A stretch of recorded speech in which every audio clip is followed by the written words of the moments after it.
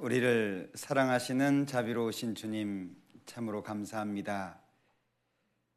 세상의 많은 사람들 중에 우리를 먼저 구원해 주시고 하나님의 자녀라 하는 이름을 허락하시며 영원한 천국의 소망을 주신 것 참으로 감사합니다. 남은 생애를 통해서 더욱 말씀으로 세워주시고 또 하나님이 원하시는 일을 행할 수 있도록 지혜와 힘과 능력을 주시는 것 또한 참으로 감사합니다. 우리에게 더욱더 주님의 능력을 허락하시고 주님의 지혜를 허락하셔서 영원하고 신령한 것을 바라볼 수 있는, 비록 눈에 보이는 천한 세상 가운데 살아가고 있지만 하나님이 계시는 영원한 세계를 바라보며 살아갈 수 있도록 우리의 마음을 넓혀주시고 우리의 생각을 크게 해주시기를 원합니다.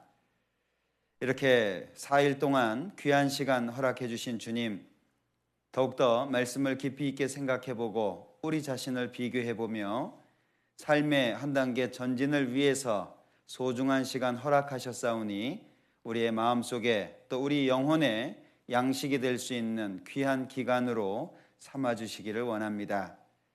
우리 양천교회 모든 형제자매님들 일일이 하나님께서 기억해 주셔서 영육간에 축복해 주시고 더욱 주님 안에 승리하는 삶을 살아갈 수 있도록 붙잡아 주시기를 원합니다. 끝나는 시간까지 함께해 주시기를 원하면서 예수님의 이름으로 기도합니다. 아멘. 우리 신약성경 요한복음 1장 찾아보겠습니다.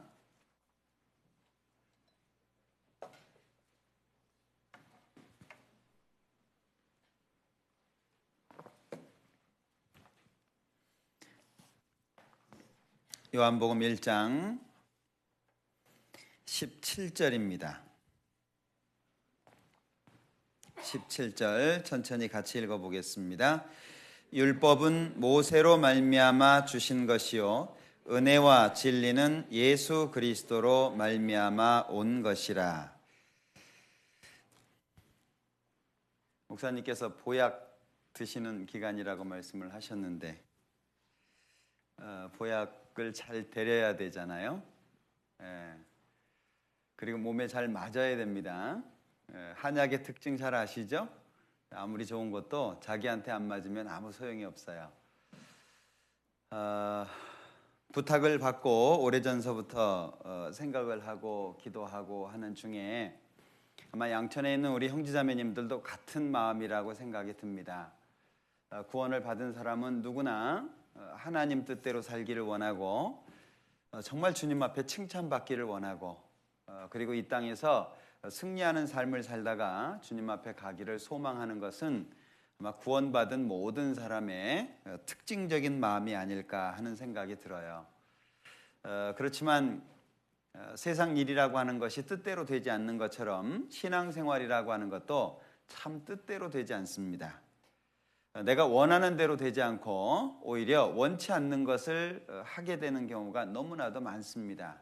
왜 그러냐면 우리는 구원받을 때부터 그리스도인이라고 하는 이름을 얻습니다. 문제는 구원받을 때부터 그리스도인이라고 하는 이름은 얻지만 그리스도인이라고 하는 자격은 아직 얻지 못한 상태입니다. 그리스도인이라고 하는 자격을 얻기 위해서는 뭔가 바뀌어지는 것이 필요하죠. 왜냐하면 우리는 구원받을 때까지 우리 개개인의 생각 그리고 가치관, 주장에 의해서 살아왔습니다. 한마디로 얘기하면 자기 마음대로 살았다는 얘기죠. 그러다가 어느 날 구원을 받았습니다. 그리고 그리스도인이라고 하는 이름이 주어졌습니다. 그때부터 과연 그리스도인으로서 바른 삶을 살 수 있겠냐? 결코 그럴 수는 없죠. 그래서 하나님께서 훈련을 하시는데 그가 나를 단련하신 후에는 내가 정금같이 나올 거라고 말한 욥의 말처럼 많은 시간 다듬어지는 것이 필요합니다. 우리 형제자매님들이 꼭 기억하셔야 될 것이 있는데 신앙은 만들어지는 것이 아닙니다. 만들어서 하나님이 딱 주신 게 아니에요. 그러니까 구원받았다고 해서 신앙생활을 잘하는 게 아니에요. 신앙이라고 하는 것은 만들어 가는 겁니다. 그러니까 잘 만든 사람은 신앙이 좋을 수밖에 없고 잘못 만든 사람은 신앙이 나쁠 수밖에 없어요. 시간의 차이는 아닙니다. 투자되는 시간이 필요한 것은 사실이지만 시간이 오래 흘렀다고 해서 신앙이 좋은 것은 아니에요.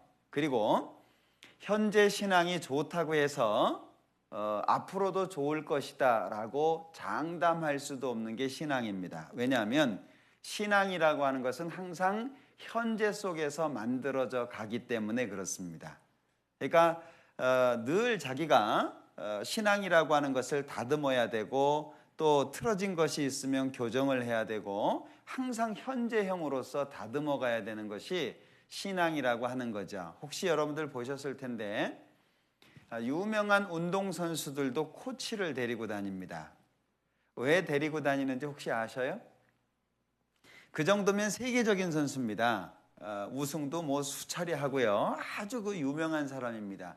그런데도 코치를 데리고 다녀요. 왜냐하면 자기도 모르게 폼이 바뀝니다. 왜냐하면 어떤 날은 하면 전혀 폼이 아닌데도 불구하고 바른 폼이 아닌데도 잘 될 때가 있어요. 그러면 자기도 모르게 그 폼으로 흐르게 돼버립니다.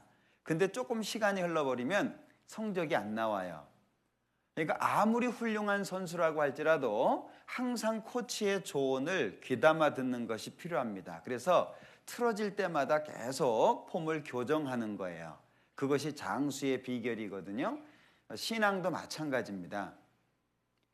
전에 우리 올림픽에서 그 금메달을 딴 탁구 선수가 있었어요. 남자였었죠.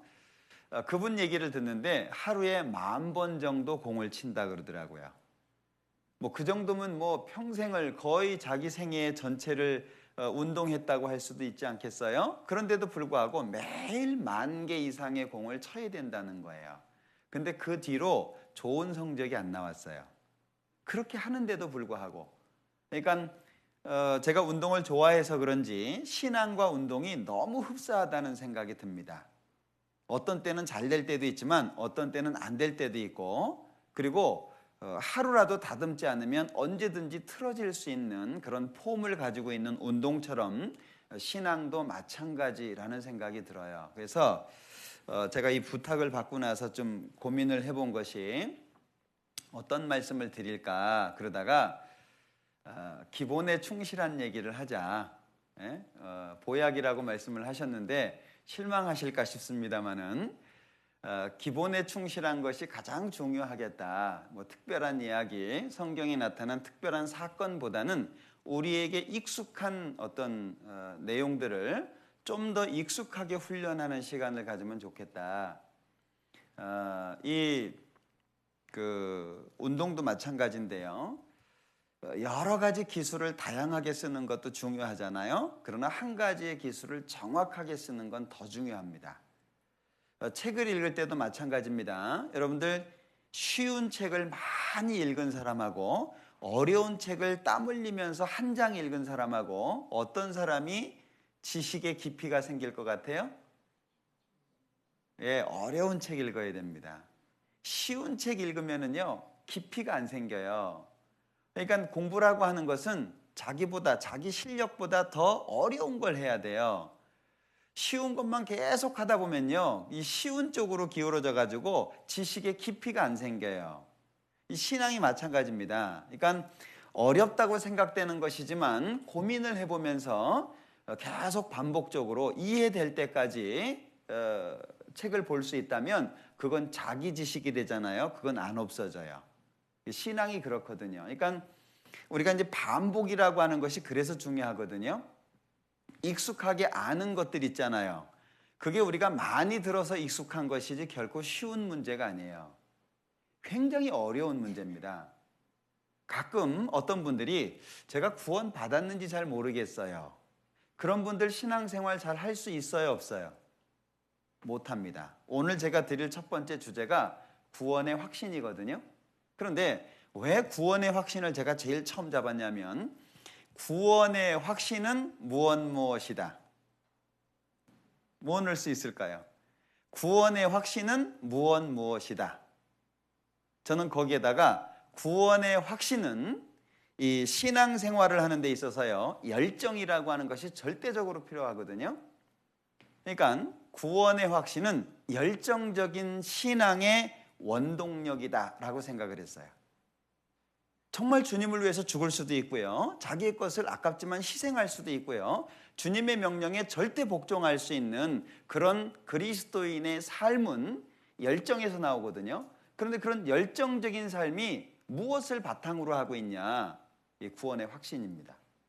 우리가 구원이라고 하는 말을 많이 하잖아요. 이게 결코 쉬운 단어가 아니에요. 그리고 이 구원이라고 하는 것은 이론적으로 이해한다고 해서 자기 것이 될 수 있는 것이 아니에요. 반드시 성령의 역사가 필요하고 개인적인 의지, 구원을 사모하고 구원을 받아들이려고 하는 개인적인 그 강렬한 의지가 필요하거든요. 간단한 내용 같지만 사실은 이 구원의 확신이라고 하는 것이 너무 중요한 문제입니다.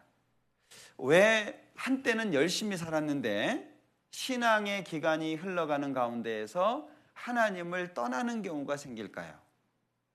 한때는 정말 열심히 주님을 위해서 살았는데 왜 한때는 이제는 비판하는 사람이, 한 발짝 물러나서 비난하는 사람이 되어 있을까요?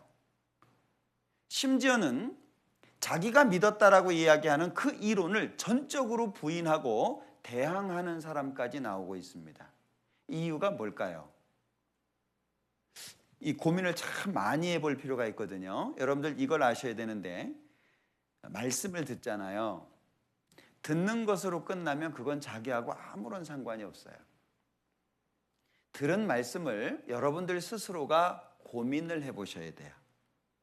하나님의 말씀과 내 마음은 어떤지, 하나님의 말씀은 이렇게 설명하고 있는데 과연 나는 그렇게 생각하고 있는지, 동의하고 있는지, 그리고 그 말씀대로 살아가려고 작정하고 있는지, 아니면 다른 생각을 하고 있는지, 이게 말씀과 일치되나 안 되나, 이 부분이요 상당히 고민을 많이 해야 됩니다. 왜냐하면 우리는 야곱의 환도뼈가 꺾어진 것처럼 하나님 앞에 나라고 하는 존재가 꺾어져야 돼요.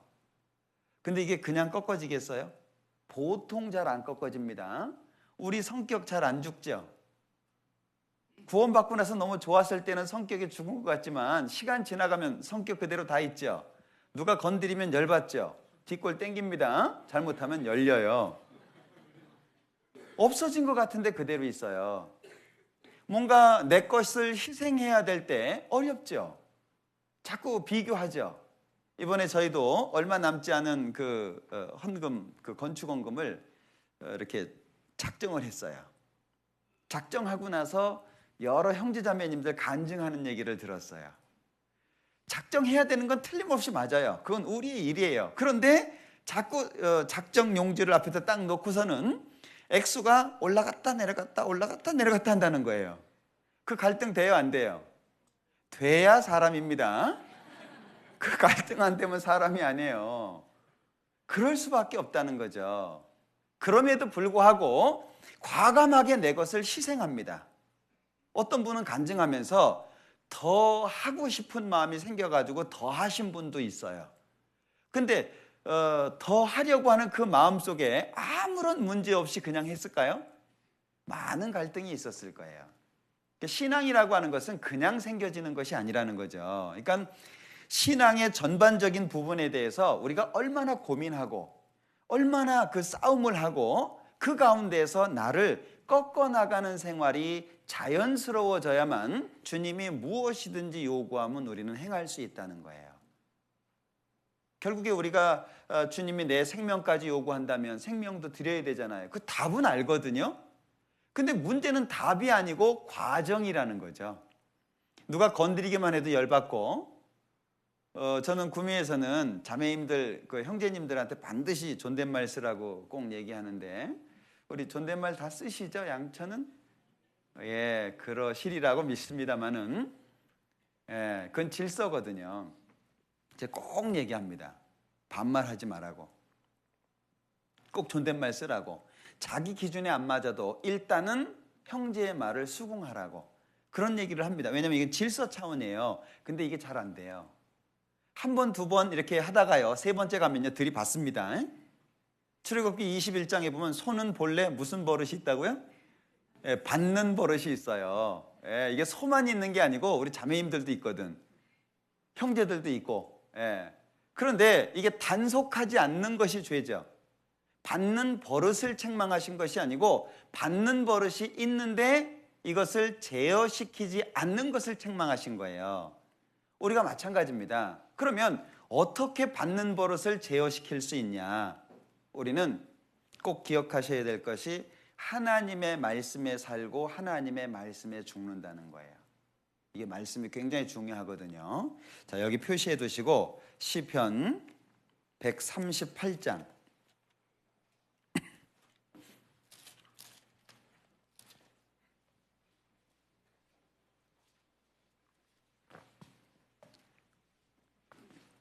2절입니다. 시편 138장 2절. 내가 주의 성전을 향하여 경배하며 주의 인자하심과 성실하심을 인하여 주의 이름에 감사하오리니 이는 주께서 주의 말씀을 주의 모든 이름 위에 높게 하셨습니다. 이 말씀은 꼭 기억하셔야 됩니다. 이게 성경의 권위예요. 요한복음 1장 1절 기억하시죠? 태초에 말씀이 계시니라. 이 말씀이 하나님과 함께 계셨으니 이 말씀은 곧 하나님.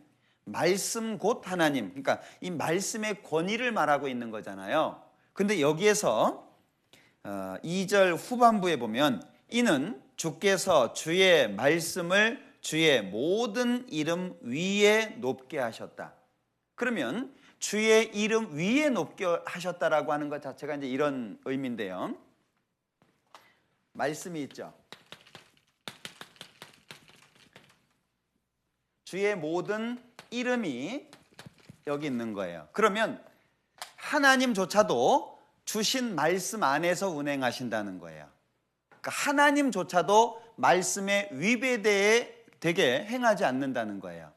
그러면 말씀의 권위가 어느 정도죠? 하나님이 부여하신 권위입니다. 하나님조차도 말씀 안에서 운행하신다는 거예요. 이게 하나님이 우리에게 주신 말씀의 권위입니다. 과연 내가 이 말씀을 그 권위대로 인정하고 있냐 하는 거예요. 생활 속에서 이게 안 되니까 말씀은 듣는데 생활이 안 바뀌어요. 만약에 의사가 당신 담배 안 끊으면 1년 못 삽니다. 그 사람 담배 끊습니다. 그런데 주변에서 당신 담배 끊으라고 아무리 권해도 안 끊어요. 왜 그러죠? 주변 사람들의 말은 힘이 없게 받아들이는 거예요. 의사라고 하는 권위, 그 권위가 있는 말을 들었을 때 그는 당장에 담배를 끊으려고 하는 생각을 하고 있습니다. 권위라고 하는 게 그런 거예요. 하나님의 말씀을 대할 때 우리의 마음속에 과연 하나님을 대하듯 그런 권위를 가지고 말씀을 대하냐 하는 거예요. 그렇다면 우리가 이 성경을 대하는 과정 가운데 지금보다는 훨씬 더 나은 신앙생활을 할 수밖에 없어요. 하나님의 말씀을 하나님의 권위로 인정하고 말씀을 받아들인다면. 그래서 우리 신앙생활이라고 하는 것 자체가 잘 안 바뀌는 이유가 뭐냐? 그만큼 우리가 노력을 안 했다는 거죠. 소망이 그만큼 적다는 거예요. 영원한 천국에 100% 목숨 걸고 사는 사람하고 50% 거는 사람은 차이가 날 수밖에 없겠죠. 그러면 그 모든 과정, 하나님을 위해서 열심히 하지 못하는 그런 과정들 왜 생겼냐? 그 이유는 우리의 마음속에 구원이라고 하는 부분이 너무나도 적어져서 그런 것이 아니냐. 구원이라고 하는 것이 시작인데 이 구원이라고 하는 말을 우리가 많이 듣고 있잖아요. 그러나 실제 교회 생활 하시는 분들한테는 이 구원이라고 하는 것이 엄청난 이야기입니다. 구원 얻는 사람이 적습니까? 예수님 답변이 좁은 문으로 들어가기를 힘쓰라. 들어가기를 구하여도 못하는 자가 많으리라. 그러니까 구원받고 싶지만 구원받지 못한 사람들이 너무나도 많다는 거예요. 그걸 우리는 기억해야 돼요. 그 구원이 나한테 있어요. 그러면 너무나도 적은 사람들 가운데 나는 있는 거예요. 그렇다면 하나님이 직접적으로 관심 있게 지켜보는 대상이 나고, 내가 넘어지는 거, 슬퍼하는 거, 힘든 거, 즐거워하는 거, 승리하는 거, 실패하는 거, 모든 것을 하나님이 지켜보고 있다는 거예요. 관계가 그렇게 맺어져 있다는 겁니다. 하나님은 그렇게 지켜보고 있는데 우리는 과연 어떤 마음으로 하나님을 대하고 사냐? 혹시 세상적인 거, 육신적인 거, 내가 가지고 있는 잘못된 생각이 하나님의 말씀보다 우선시 되는 경우가 많지 않느냐? 이거 우리가 따져봐야 돼요. 그래서 제일 처음에 이 구원의 확신이라고 하는 부분을 먼저 좀 짚고 넘어가는 것이 필요하겠다. 구원받은 사람이라도. 본래 말씀을 드리려고 계획한 것은 아니지만 제가 며칠 전에 경험한 이야기가 있어서 먼저 그 말씀을 드리도록 하겠습니다. 우리 교회 초기 역사하고도 밀접한 관련이 있기 때문에 아마 우리 교회 역사를 잘 모르시는 분들도 계실 텐데, 우리나라에 그 복음을 전한 사람들이 상당히 많이 있습니다. 그러나 그 중에 우리 교회하고 좀 친숙하신 분들이 세 분이 있어요. 들어보신 분들도 계실 텐데, 한 분은 영국에서 오신 분인데 데릭 얼이라고 하는 분입니다. 그리고 또 한 분은 네덜란드에서 오신 분인데 케이스 글라스라고 하는 네덜란드 분입니다. 지금 생존해 계십니다. 네덜란드에. 그리고 또 한 분은 미국에서 오신 분인데 딕 욕이라고 합니다. 보통 딕 선교사라고 얘기하는데 이 딕 선교사님이 지금 82세예요. 며칠 전에 대구교회, 우리 전국교회 중에 몇 교회를 방문하셨기 때문에 대구에서 잠깐 뵐 수 있는 기회가 있었습니다. 근데 이분이 한국에 오기를 원하지는 않았어요. 형의 전도를 받고 구원을 받으신 분입니다. 형보다 1년 뒤에 구원을 받으셨다는데, 이분이 이제 미국에 선교를 하면서 브라질을 가고 싶었대요. 그런데 이분이 설교를 워낙 잘하니까 방송 설교를 하게 됐고, 그 방송 설교를 듣고 감동받은 사람이 하나 있었어요. 아마 여러분들도 아실 텐데 홀트 아동복지 아시죠? 거기 이제 그 홀트 씨가 그 방송 설교를 듣고 이 딕 선교사님을 너무 좋아하게 된 거예요. 그래서 내가 한국에서 지금 이 고아들 돌보아주는 사업을 하는데 한국에 좀 같이 가자 그랬더니 이분은 한국에 관심이 없었어요. 왜냐하면 오로지 브라질 갈 생각만 했지 한국에 올 생각이 없었답니다. 근데 딕 선교사님 말에 의하면 너무나도 유혹을 많이 했대요. 그래서 2달만 같이 일해보자. 그래서 그래 좋다 2달이야 뭐. 그리고 한국에 왔답니다. 1950년대 초기입니다. 와가지고 보니까 너무너무 못 살더래요.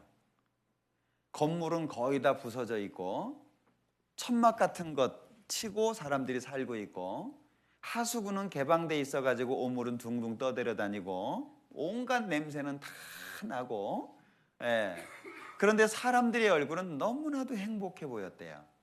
그렇게 어려운데도 불구하고 너무 행복하게 보였다는 거예요. 2달을 있으려고 했는데 3달을 있었대요. 그리고 미국으로 돌아가서 가족을 데리고 왔어요. 그리고 6년을 있었던 거예요. 그러면서 대구, 포항을 중심으로 해서 복음을 전했고, 특히 대구에서 복음을 전할 때에는 성경학교를 운영을 하셨는데 1회에 참석하신 분이 혹시 들으셨나요? 김성준 선교사라고 영국의 웩 선교부 소속으로 브라질에 파송돼서 전도를 했던 분이 있습니다. 그분이 이제 졸업은 못하고 이제 중간에 그만뒀대요. 브라질 가는 바람에. 그리고 2회 졸업생이 우리 우정옥 목사님입니다. 그래서 우리 교회하고는 이제 직접적으로 연관이 돼 있는 분인데 이분이 이제 아쉬워하는 것이 성경학교 그때에 교육을 받은 사람은 많은데 이게 이제 뭐 전부 곁길로 간 거예요. 곁길로. 그런데 몇 년 전에 우리 김성준 선교사님이 광주교회에서 설교를 했는데 너무나도 감동을 받았어요. 왜냐하면 복음이 순수하게 이렇게 전해져 오면서 이렇게 복음이 활발하게 전해져 있는 모습에 너무 감동이 됐어요.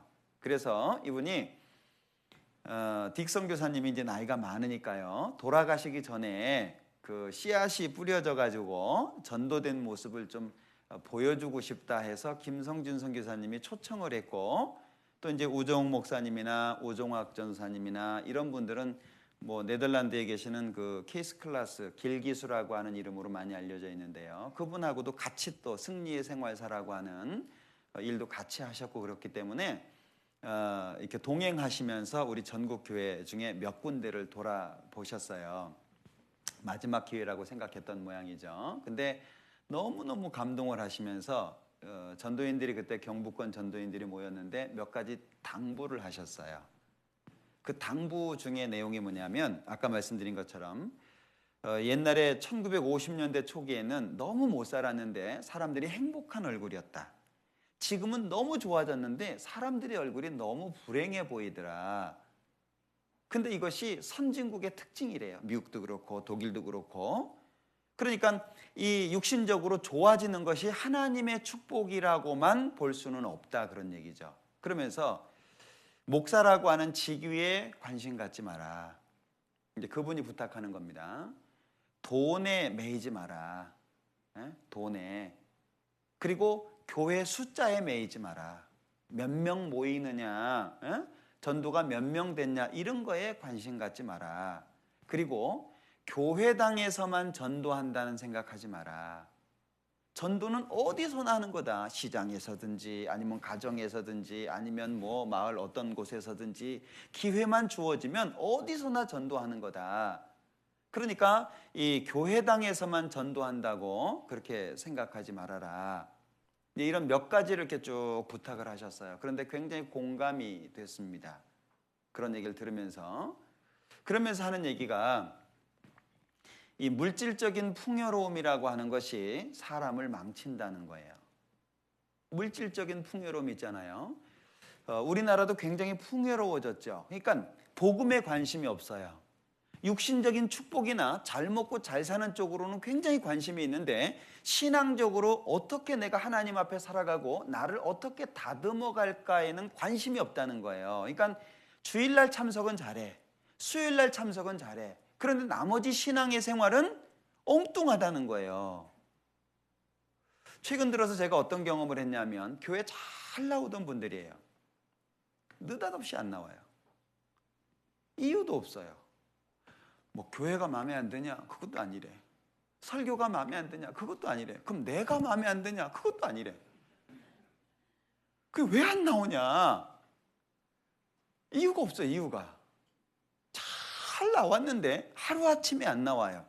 다행히 이제 형제 하나는 지금 회복돼서 나오고 있는데 그 모습을 보면서 이게 신앙이라고 하는 것을 우리가 너무 쉽게 생각하나 보다. 신앙, 마귀의 괴계 이걸 우리가 너무 쉽게 생각하는가 보다. 다듬어 간다. 이 다듬어 가는 건 너무 어렵죠. 부시는 건 한순간입니다. 그러니까 너무 쉽게 생각하면 신앙이라고 하는 것을 아무렇지도 않게 마치 세상에 한 발 담가두고 있으면서 교회 나오면 그게 신앙인 것처럼 착각할 수 있다라고 하는 거예요. 그래서 우리 이번 며칠간 말씀 배우는 가운데요. 뭔가 한 가지만이라도 익숙하게 만들어보고 내 것으로 만들어보고 내가 어려울 때 그 말씀이 떠올라가지고 나를 지켜줄 수 있는 말씀으로 좀 세워보자. 성령의 검고 하나님의 말씀을 가지라 그랬는데 대적이 다가와서 칼을 뽑았어요. 칼을 딱 뽑았는데 과도가 나왔어요. 칼집은 이따만한데 뽑아보니까 과도야. 어떻게 싸울 거예요? 못 싸울 거 아니에요. 그만큼. 그러니까 그 무딘 철련장은 힘이 더 들게 된다 그랬잖아요. 그러니까 이거 갈아야 되거든요. 말씀도 마찬가지입니다. 자, 우선 몇 군데를 찾아보겠습니다. 디모데 전서 6장.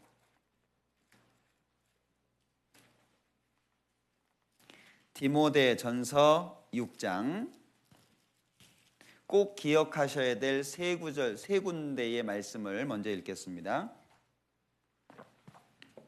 11절, 12절까지 같이 읽겠습니다.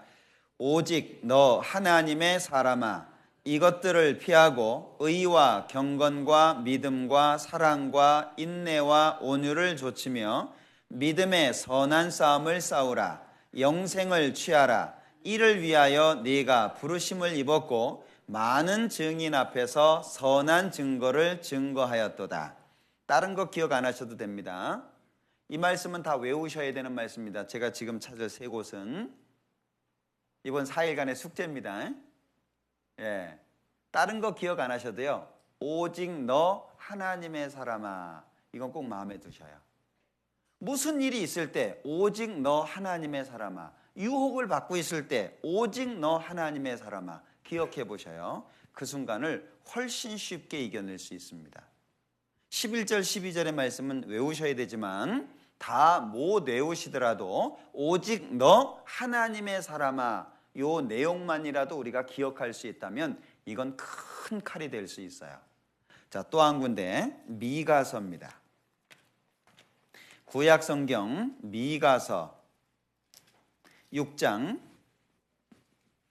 8절, 세로 성경 1296페이지입니다.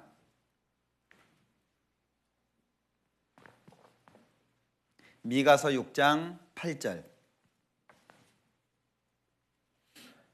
같이 읽어보겠습니다. 사람아, 주께서 선한 것이 무엇임을 네게 보이셨나니 여호와께서 네게 구하시는 것이 오직 공의를 행하며 인자를 사랑하며 겸손히 네 하나님과 함께 행하는 것이 아니냐. 사람이 마땅히 하나님 앞에 어떻게 행해야 되는지를 설명하고 있죠. 아까 디모데전서 6장에서는 하나님의 사람이 마땅히 행해야 될 것을 말하고 있죠. 신명기 30장입니다.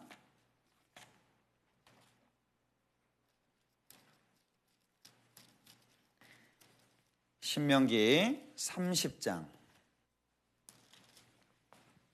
11절입니다.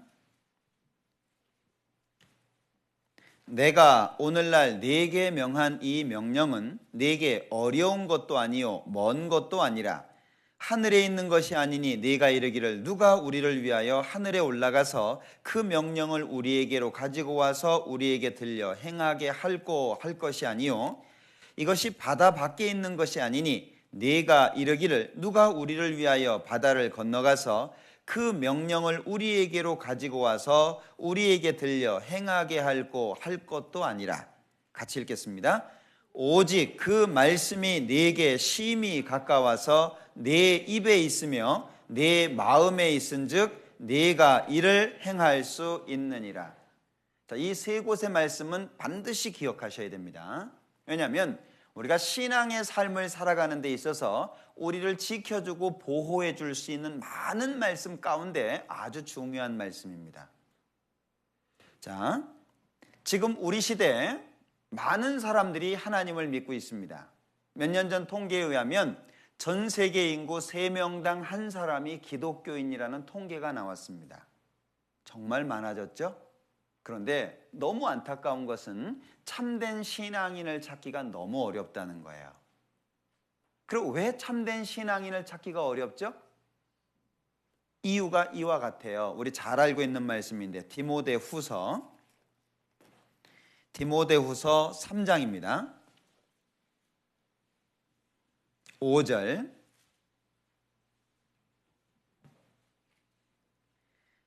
같이 읽어보겠습니다. 경건의 모양은 있으나 경건의 능력은 부인하는 자니 이 같은 자들에게서 네가 돌아서라. 지금 우리 시대는 경건의 모양은 있습니다. 그러나 경건의 능력은 부인하는 시대가 지금 우리 시대예요. 예수 믿는데 세상 사람이에요. 하나님을 잘 믿는다고 하는데 그 사람을 보면 세상 사람보다 더 악한 사람도 있어요. 왜 그러냐 하는 거예요. 이게요, 경건의 능력이라고 하는 것 자체는 그냥 주어지지 않습니다. 경건의 능력, 그리스도 예수 안에서 경건하게 살고자 하는 자는 핍박이 있다 그랬죠. 사도행전 28장에 보면 이 판은 어디에서든지 반대를 당한다. 아까 그 딕 선교사님이 얘기한 것 중에 한 가지 제가 기억 못했던 것이 지금 생각나는데요.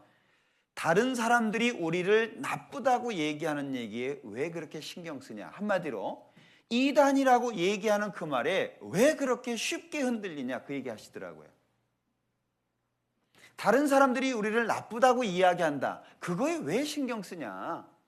우리가 믿는 것이 성경과 일치하고 있고 우리가 가지고 있는 소망이 성경과 일치하고 있다면 그건 하나님이 인정하는 건데, 하나님이 인정하신 것을 어째서 사람의 말 때문에 힘들어하고 고통스러워하냐?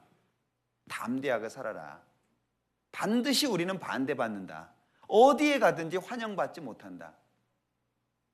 지금 저희 형님이 프랑스에 가 있잖아요. 제가 4월 달에 프랑스를 다녀왔는데요. 그 프랑스 파리에 그 한인교회 15개 교회 목사들이 모여가지고요. 우리 이단이라고. 하여튼 거기 가서도 열성이에요. 그래서 우리가 그 FF 교단 통해서 비자를 1년 비자를 받아서 들어갔습니다. 목사님이.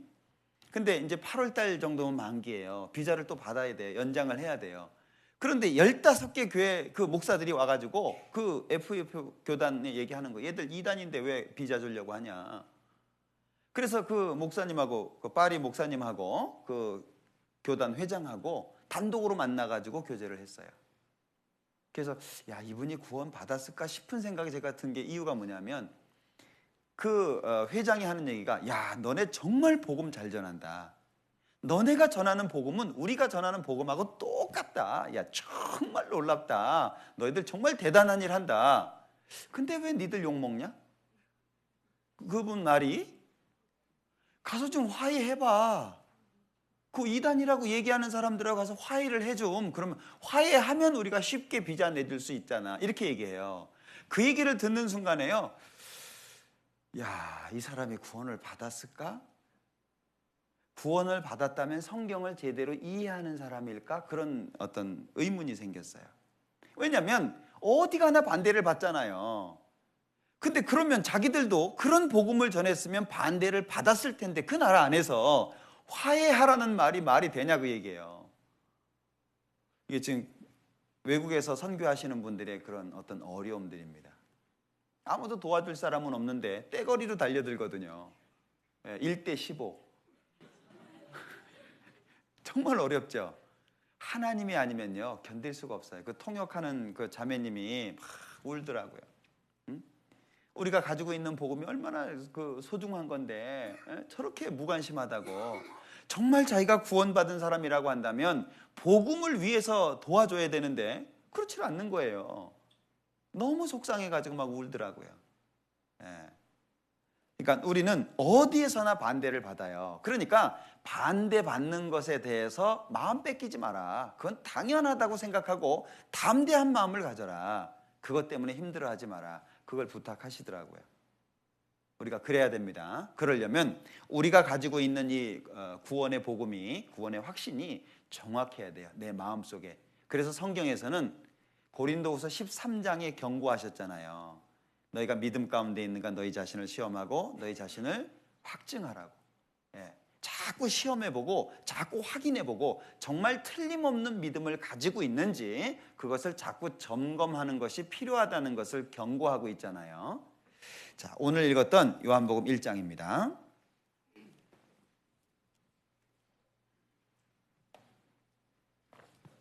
요한복음 1장 17절.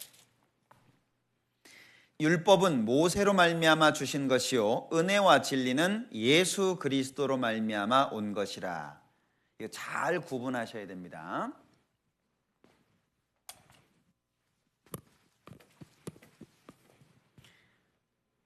자, 율법이라고 하는 것은 모세로 말미암아 주셨다 그랬죠?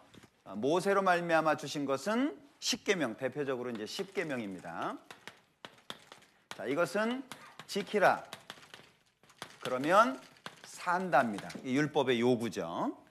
자, 그런가 하면 은혜와 진리, 이 은혜라고 하는 것은 예수님을 통해서 오셨습니다. 예수님은 십자가에서 구원을 완성하셨죠. 이 예수님을 통해서 주어지는 은혜와 진리, 은혜는 믿으라고 말합니다. 그러면 산다 이렇게 말하는 거예요. 이 두 가지가 절대적으로 필요합니다. 그러나 섞이면 안 돼요.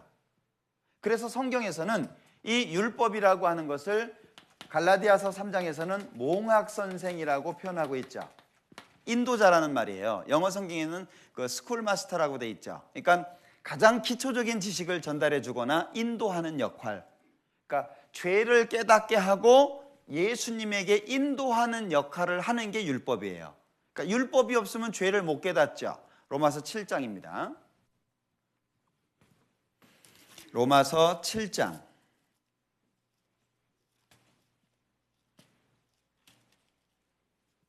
7절입니다. 그런즉 우리가 무슨 말 하리요? 율법이 죄냐? 그럴 수 없느니라. 율법으로 말미암지 않고는 내가 죄를 알지 못하였으니 곧 율법이 탐내지 말라 하지 아니하였다면 내가 탐심을 알지 못하였으리라.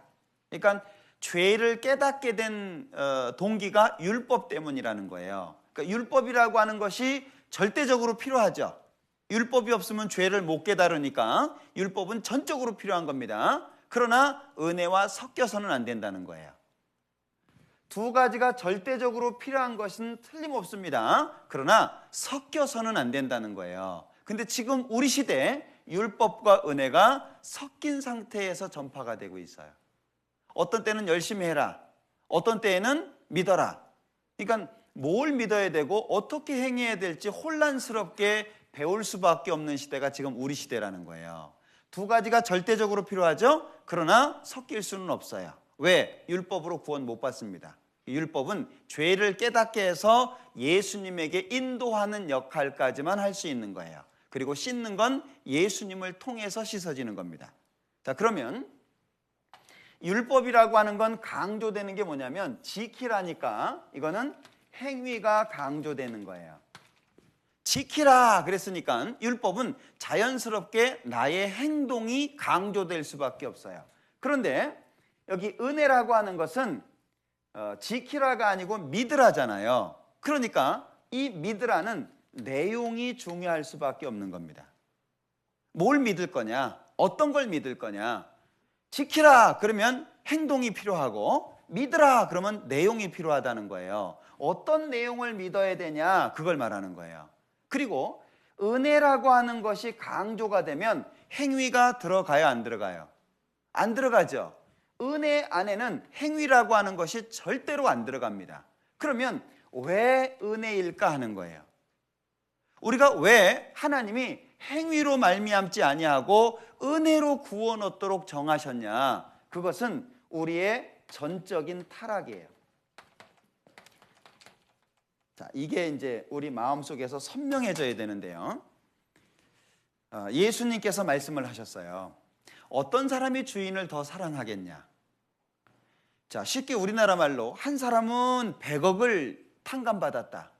한 사람은 100만 원을 탕감받았다. 그러면 그 두 사람 가운데 어떤 사람이 주인을 더 사랑하겠냐? 라고 물었는데 어떤 사람이죠? 많이 탕감받은 사람입니다. 그럼 보셔요. 많이 탕감받은 사람의 마음과 적게 탕감받은 사람의 마음이 왜 다르죠?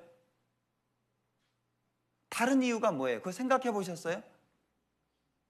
물론 둘 다 탕감받은 건 똑같습니다. 그런데 왜 많이 탕감받은 사람은 주인을 더 사랑할 수밖에 없을까? 이유가 뭐죠? 만약에 내가 100억 빚졌다. 갚을 능력이 나한테 얼만큼 있어요? 이건 뭐 하늘에 구멍이 나도 안 돼요. 특별히 하나님이 도와주시기 전에는 안 돼요. 어떤 큰 일이 생겨나기 전에는 안 돼요. 이건 완전히 포기한 상태예요.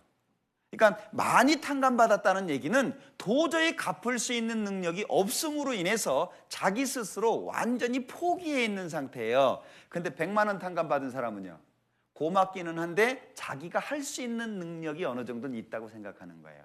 이게 신앙의 삶 속에 굉장히 차이가 있습니다. 은혜라고 하는 것은 행위가 담겨 있지 않다 그랬죠. 로마서 11장입니다.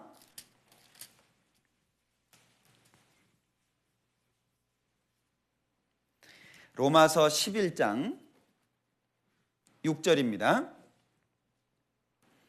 만일 은혜로 된 것이면 행위로 말미암지 않음이니 그렇지 않으면 은혜가 은혜되지 못하느니라. 잘 기억하셔요. 만일 은혜로 된 것이면 행위로 말미암지 않음이니 그렇지 않으면 은혜가 은혜되지 못하느니라. 우리 그런 예화 많이 쓰잖아요. 선물을 100만 원짜리를 받았는데 너무 미안해가지고 10만 원을 줬어요. 그럼 100만 원짜리가 10만 원짜리가 되잖아요. 그게 이 6절 말씀입니다. 은혜는 행위가 없는 거예요. 근데 행위가 들어가면 은혜가 될 수 없다는 거죠. 그러니까 여기 은혜로 된 것이면 행위로 말미암지 않는다 그랬죠. 그러면 왜 은혜냐? 전적인 타락이기 때문에 은혜라는 거예요. 내가 하나님의 율법을 지킬 수 있는 힘이 전혀 없다는 겁니다. 100% 없다는 거예요. 제가 지금 우리 광주교회에서 전도사로 교육을 다시 받고 있는 분이 한 분 계셔요. 일반교회 목사 생활을 오래 하셨어요. 꽤 아마 이름 있게 하셨던 것 같아요. 그 안에서는. 어느 날 선배 목사가 구원을 받았어요. 선배 목사가 서울에 있죠 지금. 이분이 그분 후배인데 어느 날 와가지고 너 구원 아니여. 지금 목사하고 있는데 그거 일반 다른 교회 목사님들한테는 그것처럼 청천벽력이 없습니다. 하나님 제일 앞에 간다고 생각했는데 너 구원 아니여. 그러면 이게 무슨 문제겠어요? 아니 나는 구원이라고. 난 틀림없다고. 근데 아니라는 거예요. 그때까지만 해도 자기 부인이 함께 대항을 했다는 거예요. 아유 우리 남편 구원이라고. 나도 구원이고 무슨 소리 하냐고 막 그랬대요. 그런데 얼마 있다가 이 자기 부인도 구원을 받아버렸어요. 그러니까 선배 목사하고 부인하고 합작을 해가지고 당신 구원 아니요. 이게 얼마나 문제가 됐는지 모른대요. 예? 그래서 아무리 생각해도 자기는 구원인데 하도 구원 아니라고 하니까 마음에 문제가 됐어요.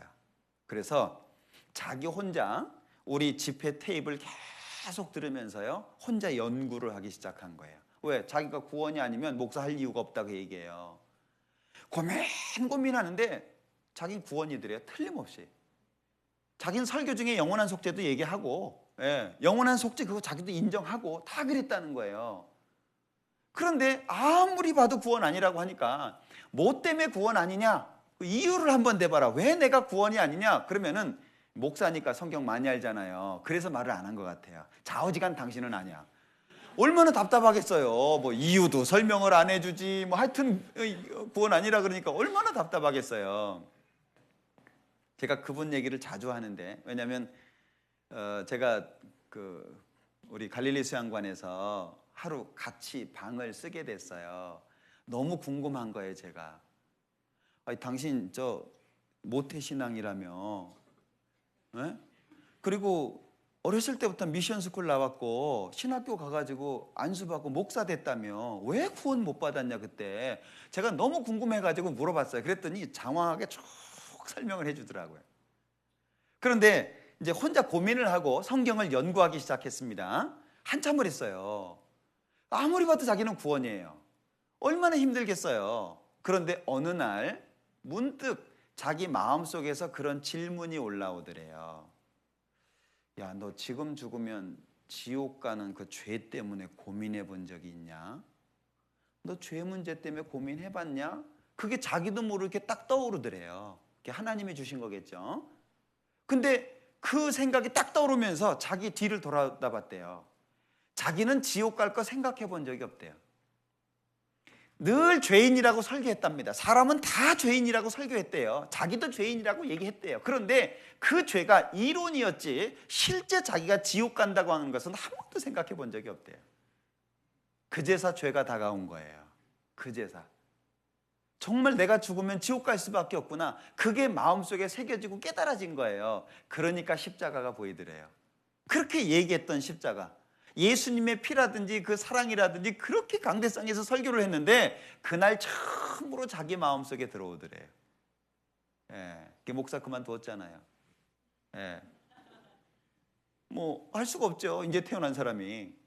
그래가지고 교회에서 불러가지고 우리 광주교회에서 다시 전도사 교육을 지금 받고 있습니다. 잘하고 있거든요.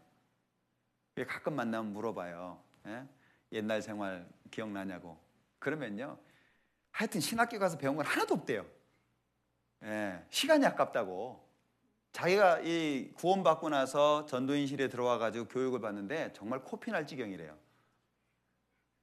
자기가 신학교에서 배웠던 것은요 아무것도 없대요. 그 얘기를 듣고 나니까 제가 성지순례 갔을 때 이스라엘을 갔는데요, 젊은 목사님이 가이드로 나왔어요. 근데 이 목사님이요 너무너무 힘들어하는 거예요, 우리 가이드를 하는데. 왜냐하면 너무 좋아했대요. 처음에 침례교회에서 온다 그래가지고 너무 좋아했대요. 왜냐하면 이 목사님들이 이렇게 가면 되게 이렇게 성지순례 이렇게 가려고 하면 아이 뭐 그거 다 아는 거 뭐 가냐고 그냥 어디 가서 놀자고 그런대요. 그리고 버스에서 기도만 한 방 해주면 된대요. 막 기도만 한 방 하면 그러면 이제 뭐 가서 노는 거예요. 그렇대요. 이제 그런 팀인 줄 알고 우리를 만난 거예요. 근데 우리는 한 사람에 하나씩 노트 들고 있지, 막 펜 들고 있지, 막 얘기하면 막 적지, 그리고 잘못 얘기하면 막 질문하지. 그거 아니지 않냐고, 성경에는 이렇게 돼 있는데 왜 그렇게 얘기하냐고 막 그러지. 나중엔 이분이요, 저 이제 질문하면 안 갑니다. 나 아는 거 없으니까, 난 이제 아는 거 없으니까 절대 질문하지 말라고 그분이 그러더라고요. 야, 이게 이렇구나 싶어요. 예. 그러니까 자기 문제로 생각해 본 적이 없는 거예요. 이 전적인 타락이 그런 겁니다. 우리가 죄를 느낄 수 있어요. 내가 죄인이라는 거 알 수 있습니다. 지금 죽으면 지옥 갈 수밖에 없다는 거 알아요. 그러나 100만 원 탕감 받은 사람처럼 느끼면 자기가 완전히 타락한 게 아니에요. 그러면 전적인 의지가 안 돼요. 일부 의지가 되는 거예요. 그러니까 구원받고 나서 어떻게 하냐면 자기 마음대로 해요. 자기 기준대로 해요. 그런데 100억을 만약에 탕감받았다. 그 사람은요 완전히 절망했던 상태에서 회복이 된 거예요. 그러니까 자기를 회복시켜준 대상이 절대적일 수밖에 없어요. 우리가 구원받을 때 그렇습니다. 그러니까 정말 예수님과 하나님이 나에게 절대적이냐, 그것은 우리의 전적인 타락을 얼만큼이나 인정하고 있냐, 이것과 연결될 수 있어요.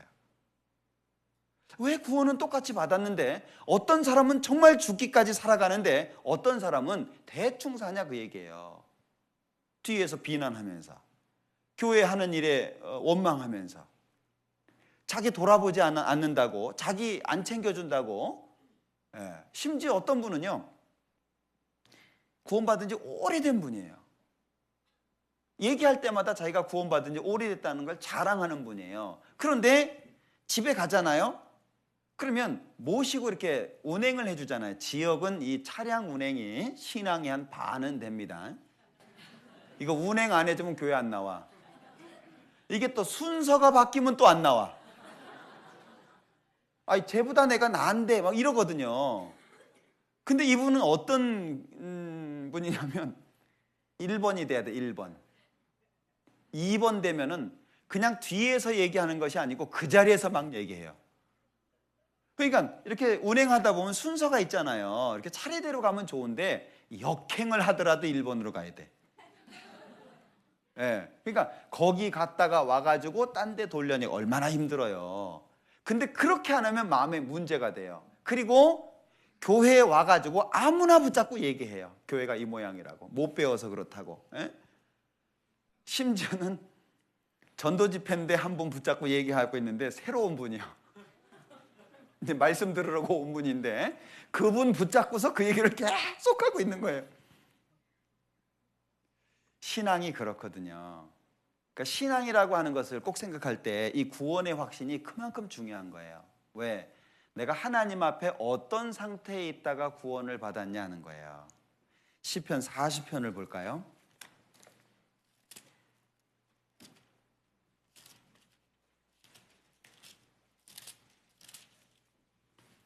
시편 40편 1절. 내가 여호와를 기다리고 기다렸더니 귀를 기울이사 나의 부르짖음을 들으셨도다. 나를 기가 막힐 웅덩이와 수렁에서 끌어올리시고 내 발을 반석 위에 두사 내 걸음을 견고케 하셨도다. 기가 막힐 웅덩이와 수렁에서 끌어올리셨다. 항상 예수님의 십자가를 생각하면 내 마음은 감동이 되냐는 거예요. 저는 기적 중에 기적이라고 말합니다. 예수님은 십자가에서 피를 흘리고 있는데 자요. 정말 가슴 아프더라고요. 새로 오신 분들은 잘 안 자요. 구원 받으셨다고 하는 분이 자요. 거기다가 심한 코까지 골아. 예? 정말 미치겠어요, 그죠? 예. 어떤 분이 얘기하는데 이 자는 것도 예? 긍정형이 있대요. 이렇게 고개를 이렇게 보통 이렇게 흔들잖아요. 근데 부정형이 있대요. 이 옆으로 이렇게 조는 분이 있더라고. 실제 있더라고. 이렇게 옆으로 고개가 이렇게. 예, 그러니까 아니요, 뭐 아니라니까 뭐 이렇게 옆으로. 근데 감동형이 또 있대요. 막 뒤로 제껴 이분은. 아 그래요? 뭐 이렇게. 얼마나 민망해요. 지금 예수님의 십자가 가장 중요한 얘기를 하고 있는데 옆에서 지금 말씀 듣는 새로운 사람도 있는데 거기에서 졸고 있어요. 왜 졸죠? 이 병든 거예요. 피곤해서 졸더라도요. 피곤해서 조는 건 일시적입니다. 그렇게 쥐야장창 졸지는 않아요. 이건 뭐 다르게 설명할 수가 없어요. 왜 그러냐? 병들어서 그래요. 구원이 마음속에 약한 거예요. 자, 보셔요. 구원이라고 하는 것이 소중하면 웬만한 거 다 버려요. 그죠? 자, 배에서요. 배가 지금 파선하게 생겼어요. 그럼 물품을 내리잖아요. 배를 가볍게 하기 위해서 어떤 것부터 내려요? 가치 없는 것부터 버리는 거예요.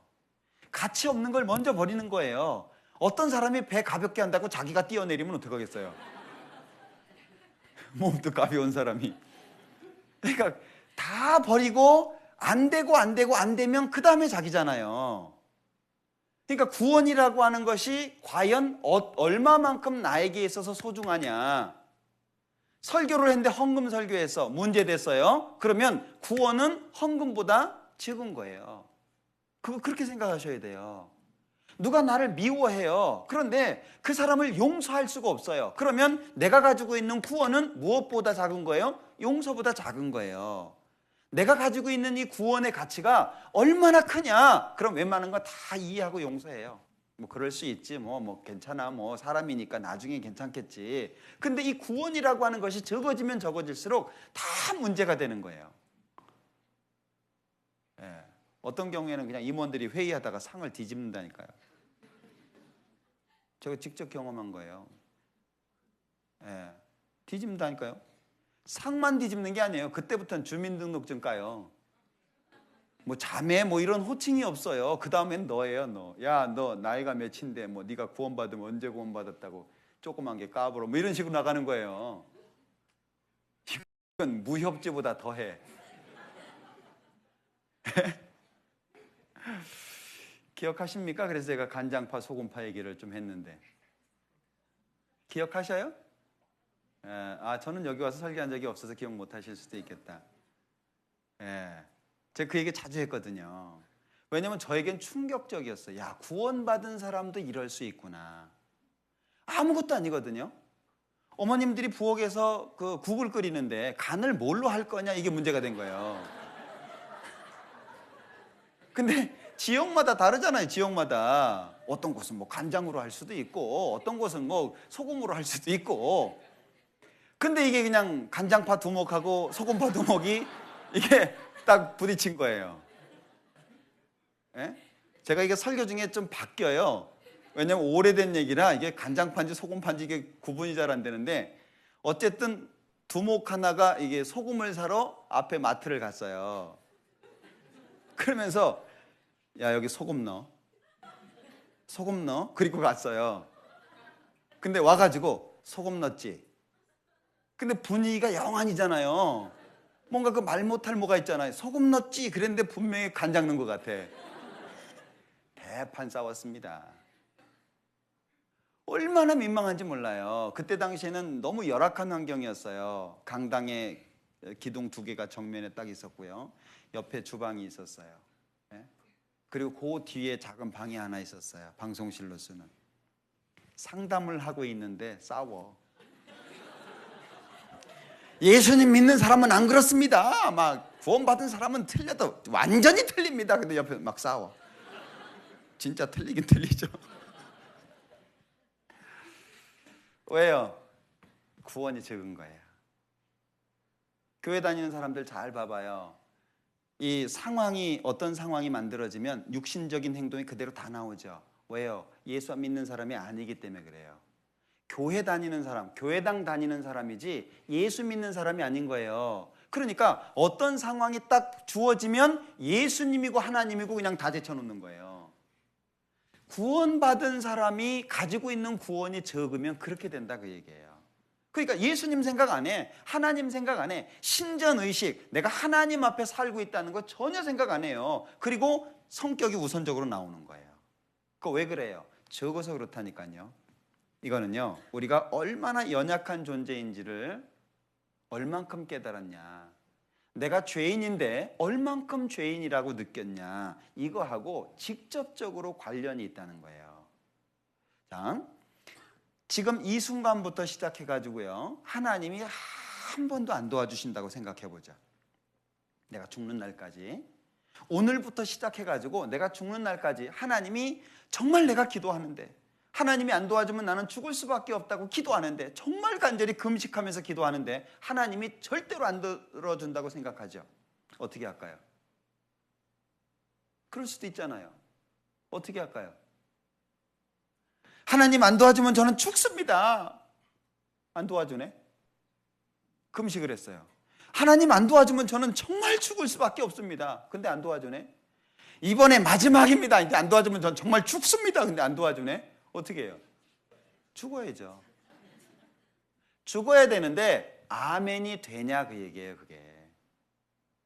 그게 안 되면 신앙을 제대로 훈련한 게 아니에요. 여러분들 다미안 베스테르라고 하는 사람이 있어요.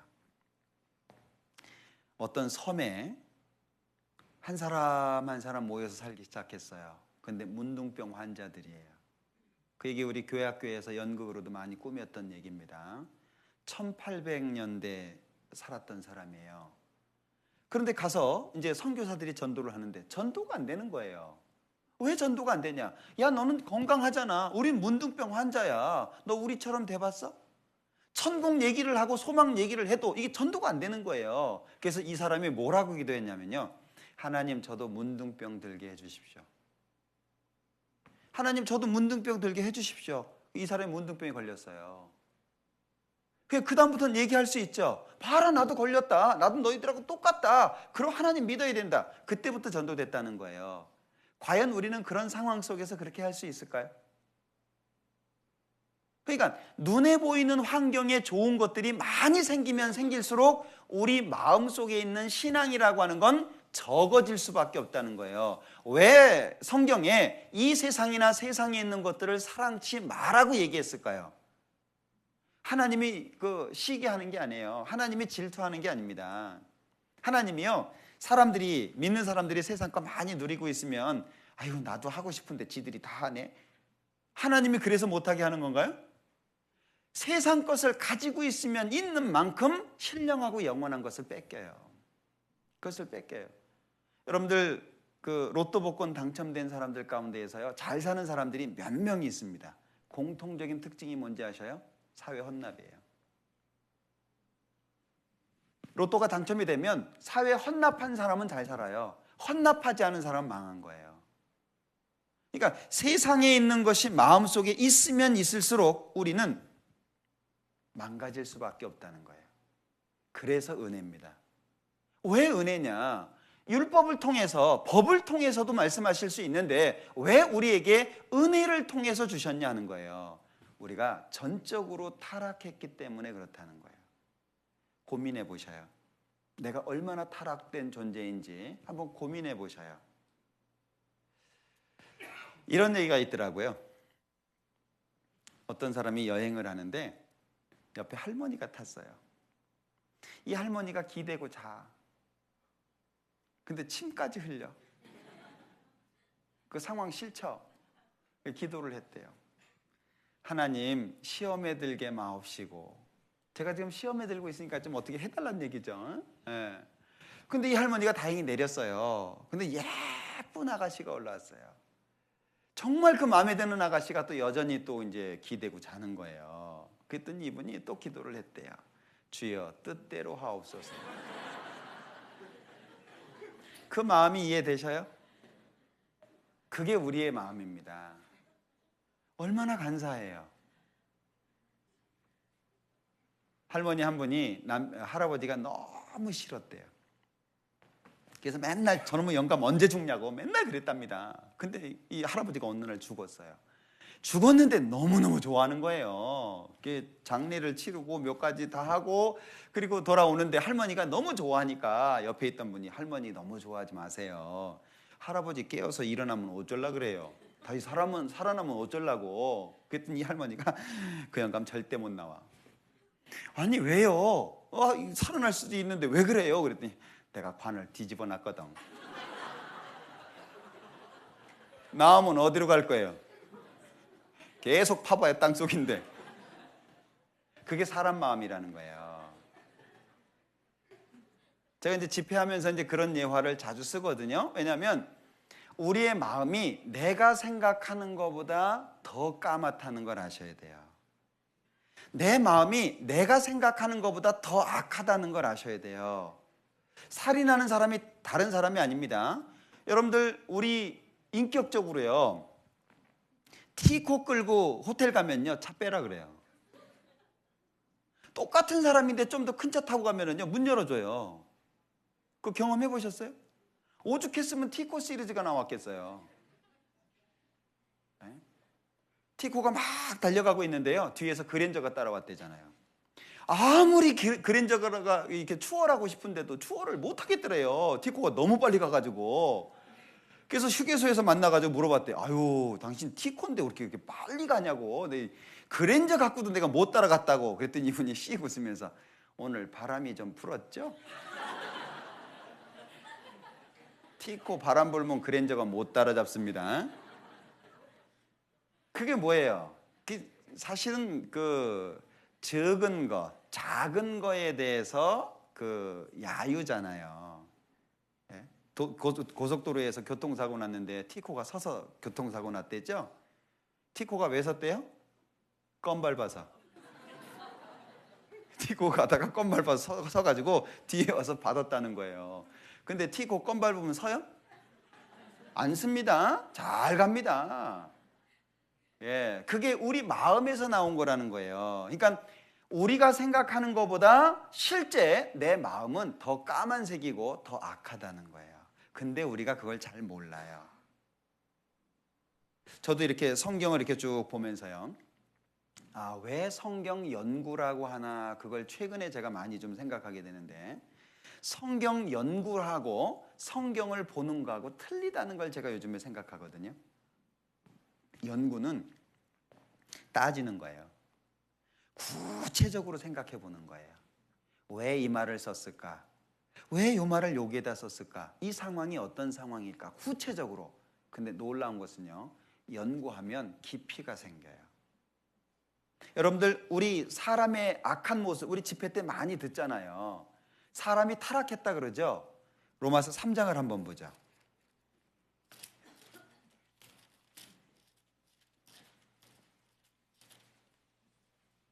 9절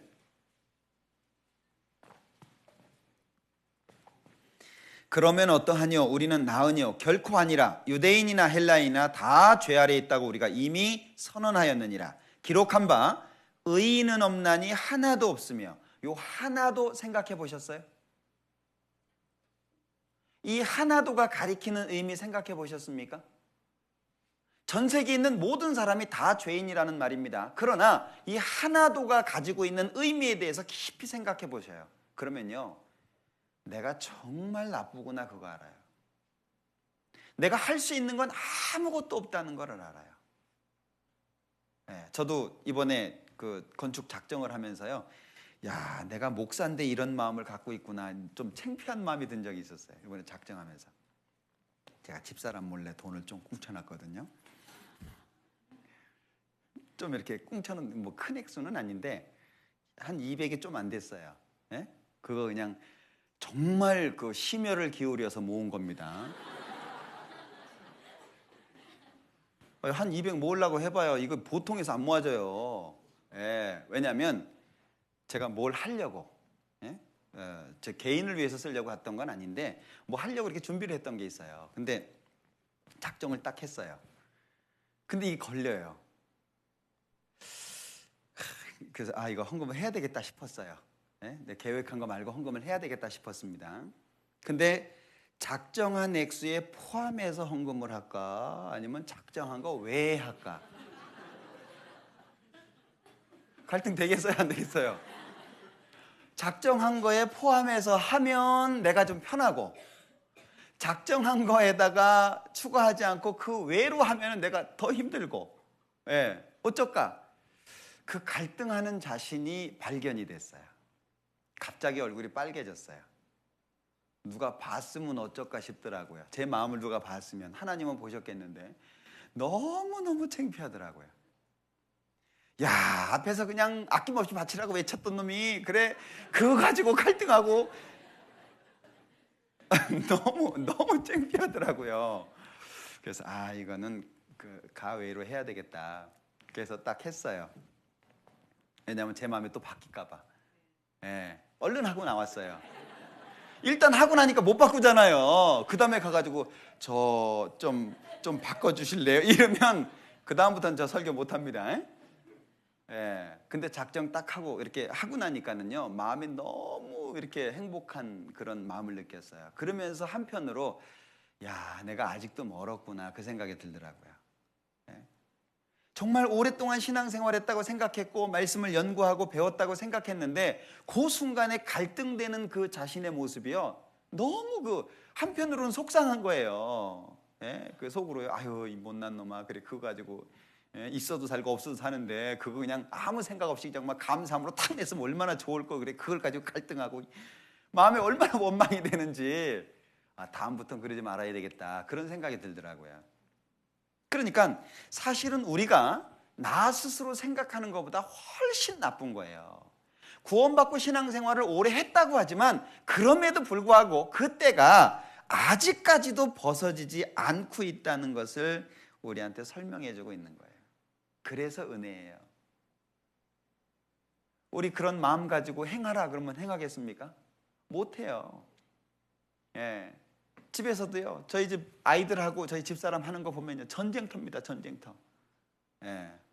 아침에 일어나라는 그 깨우는 문제부터 시작해가지고 전쟁터예요. 그런 거 하나조차도 우리는 어떤 훈련이 덜 돼 있어요.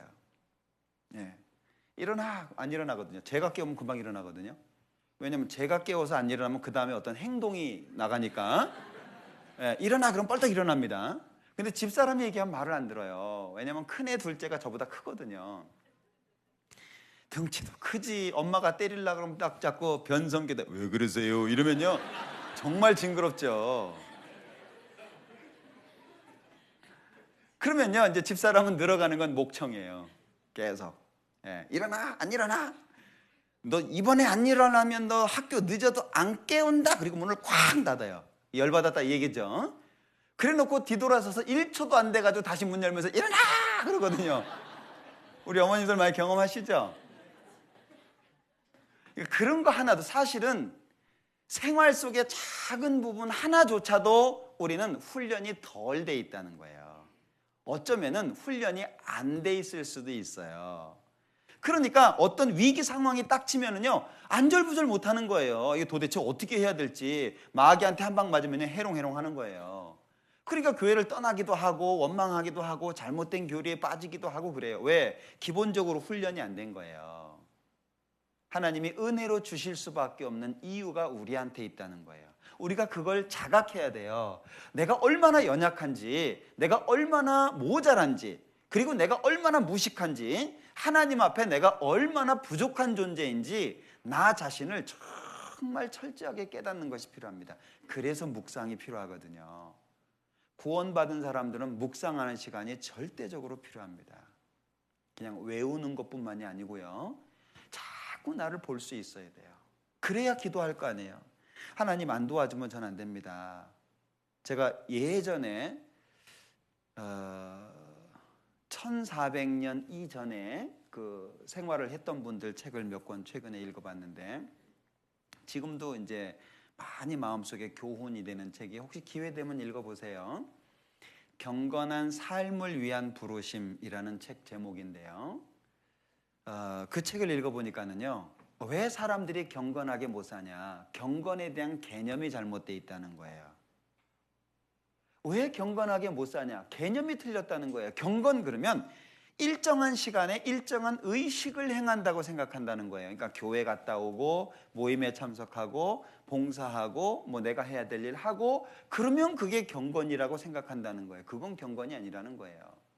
경건이라고 하는 것은 일상생활 속에 하나님이 기뻐하시는 일을 하는 것이 경건이라는 거예요. 그러니까 뭐 잠자는 시간도 포함되어 있고 먹고 마시는 시간이 다 포함되어 있는 거예요. 24시간 모두가 경건으로 쓰여져야 된다는 거죠. 그런데 경건에 대한 개념이 다르니까 경건하게 살 수가 없고, 또 한 가지는 경건하게 살고자 하는 열망이 없다는 거예요. 경건하게 살고자 하는 열망이 없어요. 세상 것을 누리는 데에는 너무나도 빠른데 경건하게 정말 주님을 위해서 고난을 당하고 절제하고 인내하고 이런 부분에 대해서는 너무나도 신경을 안 쓴다는 거예요. 그러니까 경건하게 살 수 없다고 얘기합니다. 소망이 없거든요. 내가 얼마나 악한 존재인지를 기억하셔야 돼요.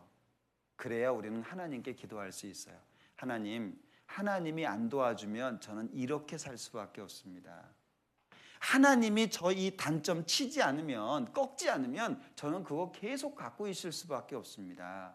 나의 강한 고집, 하나님이 안 꺾어주면 나는 이 강한 고집으로 인해서 형제자매님들에게 걸림을 줄 수밖에 없습니다. 하나님이 꺾어주십시오. 근데 꺾으려면 꺾어져야 될 것이 있다는 걸 알아야 되잖아요. 그래서 우리 자신이 하나님 앞에 왜 우리는 은혜로 구원을 받을 수밖에 없냐? 우리에게 행함을 말씀하시지 않고 왜 은혜로 말씀하실 수밖에 없냐? 구원의 확신이 뭐죠? 내가 전적인 타락의 상태에서 전적인 하나님을 의존하게 될 때 구원이 커지는 거예요. 내가 조금 타락했다. 구원이 적어질 수밖에 없어요. 주님을 의지한다라고 하는 것이 적어질 수밖에 없다는 거죠. 여러분들 생각해 보셔요. 우리가 신앙생활을 합니다. 신앙생활은 배를 타고 다니는 것과 같습니다. 우리 오해하시는 것이 한 가지가 있는데, 접붙이는 얘기하죠. 혹시 농사진 분들은 아실 거예요.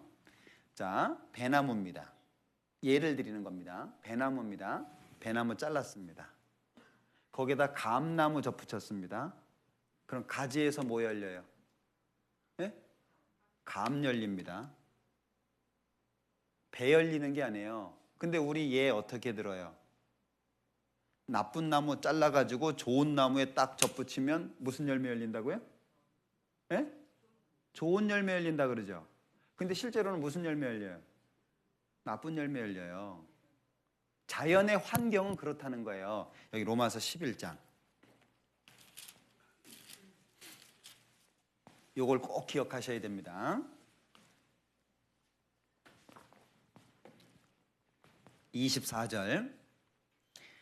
네가 원 돌 감람나무에서 찍힘을 받고 뭐라 그랬습니까?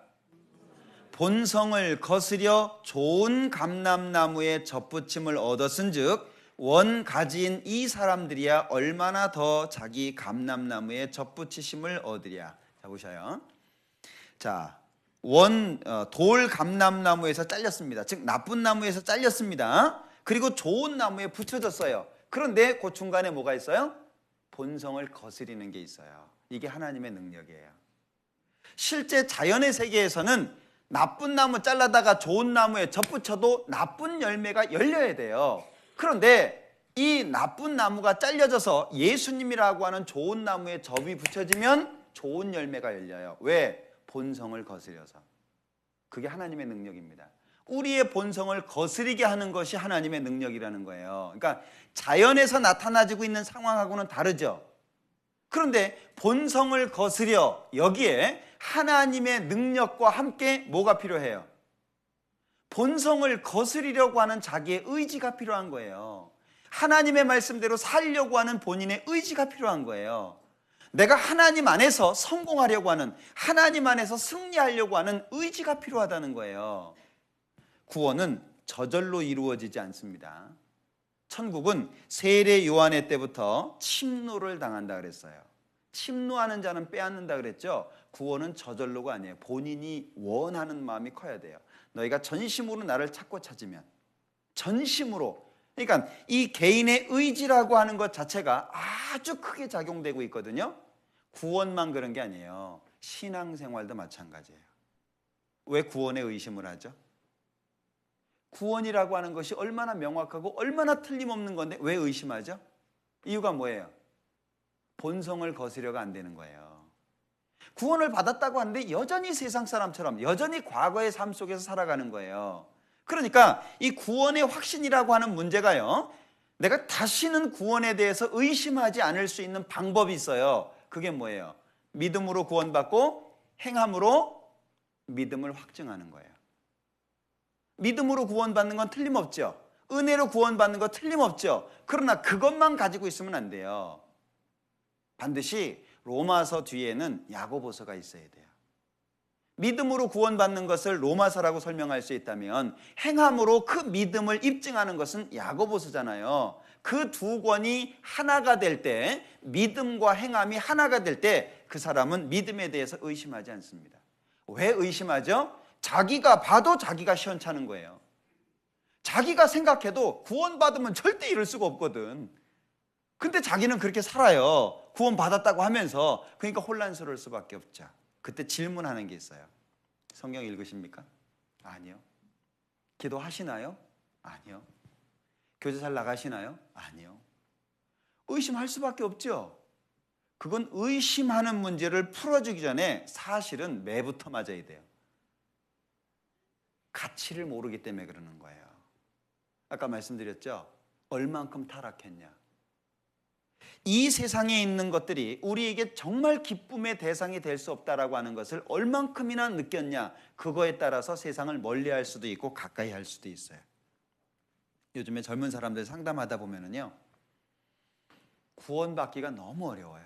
다 이해하겠대요. 다 알겠대요. 구원이 어떤 것인지 알겠대요. 그런데 받고 싶지 않대요. 제가 전에 수양회 때 고등학교 수학 선생님을 이렇게 상담한 적이 있어요. 근데 이분이 자기가 생각해도 진화론은 틀린 것 같대. 내가 자기는 진화론을 믿었는데 진화론이 틀린 것 같대요. 반드시 창조론이 맞는 것 같대요. 근데 아직까지는 진화를 믿고 싶대요. 상담 그렇게 끝났거든요. 쫙 설명해 주니까 맞대. 창조가 맞을 것 같대요.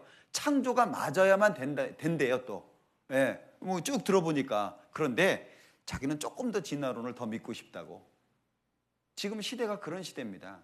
그러니까 구원받은 사람조차도 그런 세계 속에서 살아가니까 어떤 마음의 결단, 마음의 결정이 없는 거예요. 자, 우리 양천 형제자매님들 정말 주님을 위해서 살기로 작정하셨습니까? 이게 작정이 돼야 돼요. 완전히 꺾어져야 돼요. 한 발만 딱 담아두는 것이 아니고요, 두 발 딱 담아야 돼요. 성공하면 100%, 실패하면 100%. 50, 50이 아닙니다. 성공하든 실패하든 100%예요. 그 안에서 내가 살아야 되겠다. 그래야 죽기 살기로 살 거 아니에요. 한쪽 발 내놓으면 어떻게 해요? 예, 쩔른발이죠. 예, 맞습니다. 전적으로 안 살아요. 눈치 봅니다. 이쪽이 좀 어렵죠? 발 뺍니다. 근데 두 발을 다 집어넣으면요, 죽기 살기로 사는 거예요. 그거 말고는 없는 거예요.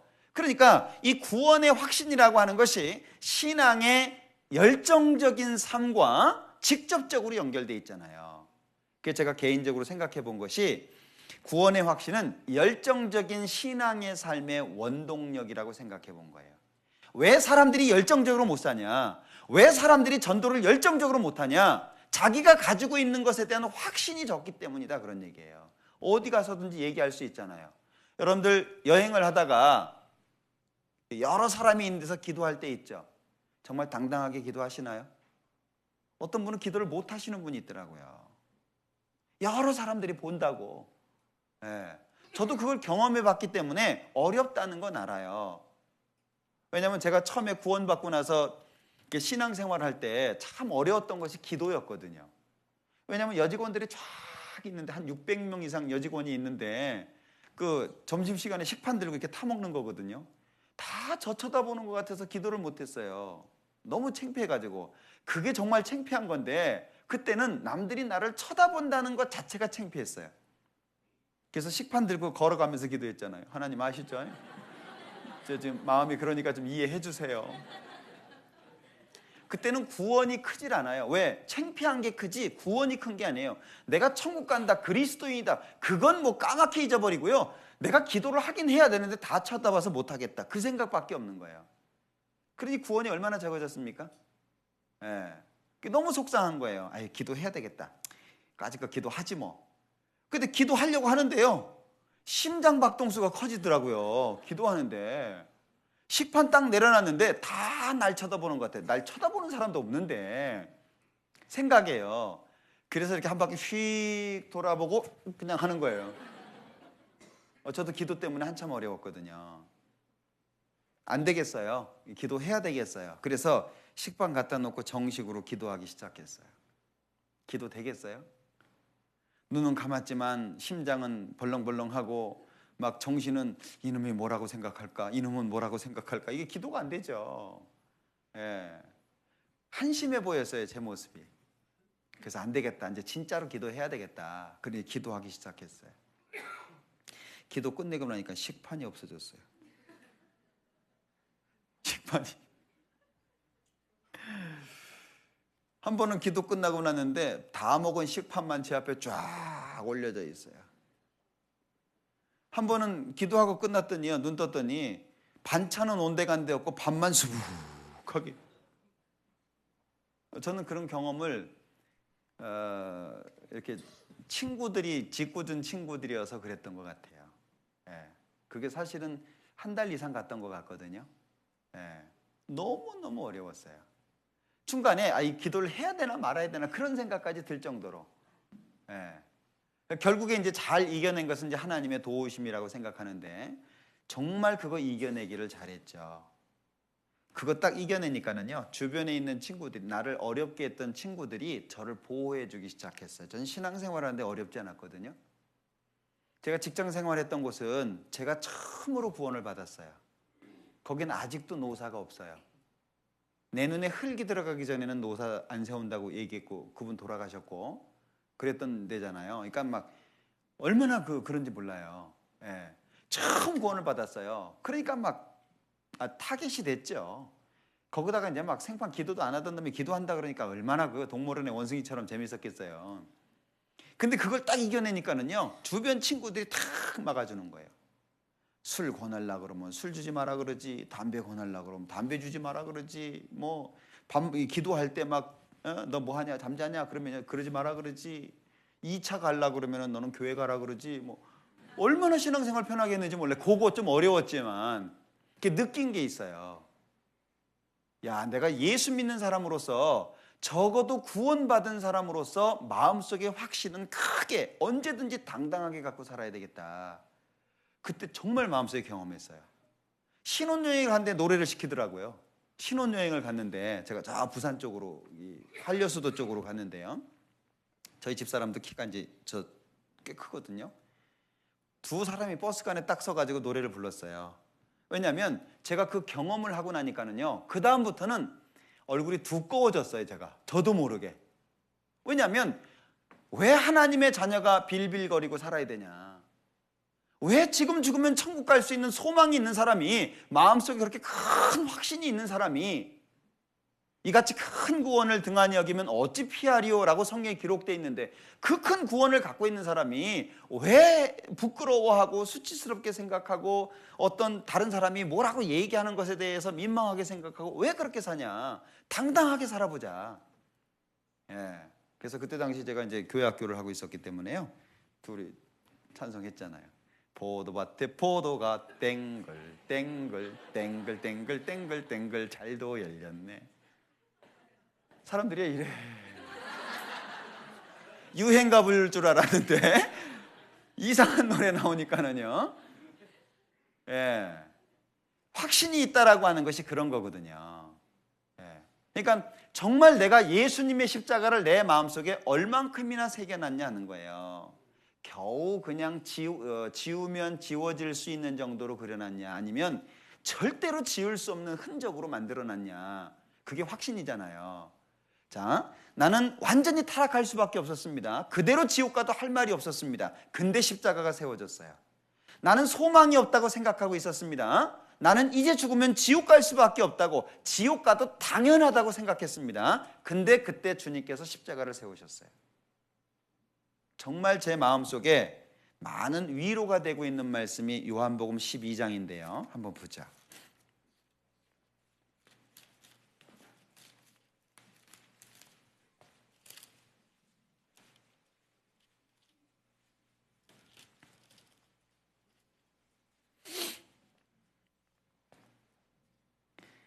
요한복음 12장 26절 보겠습니다. 26절.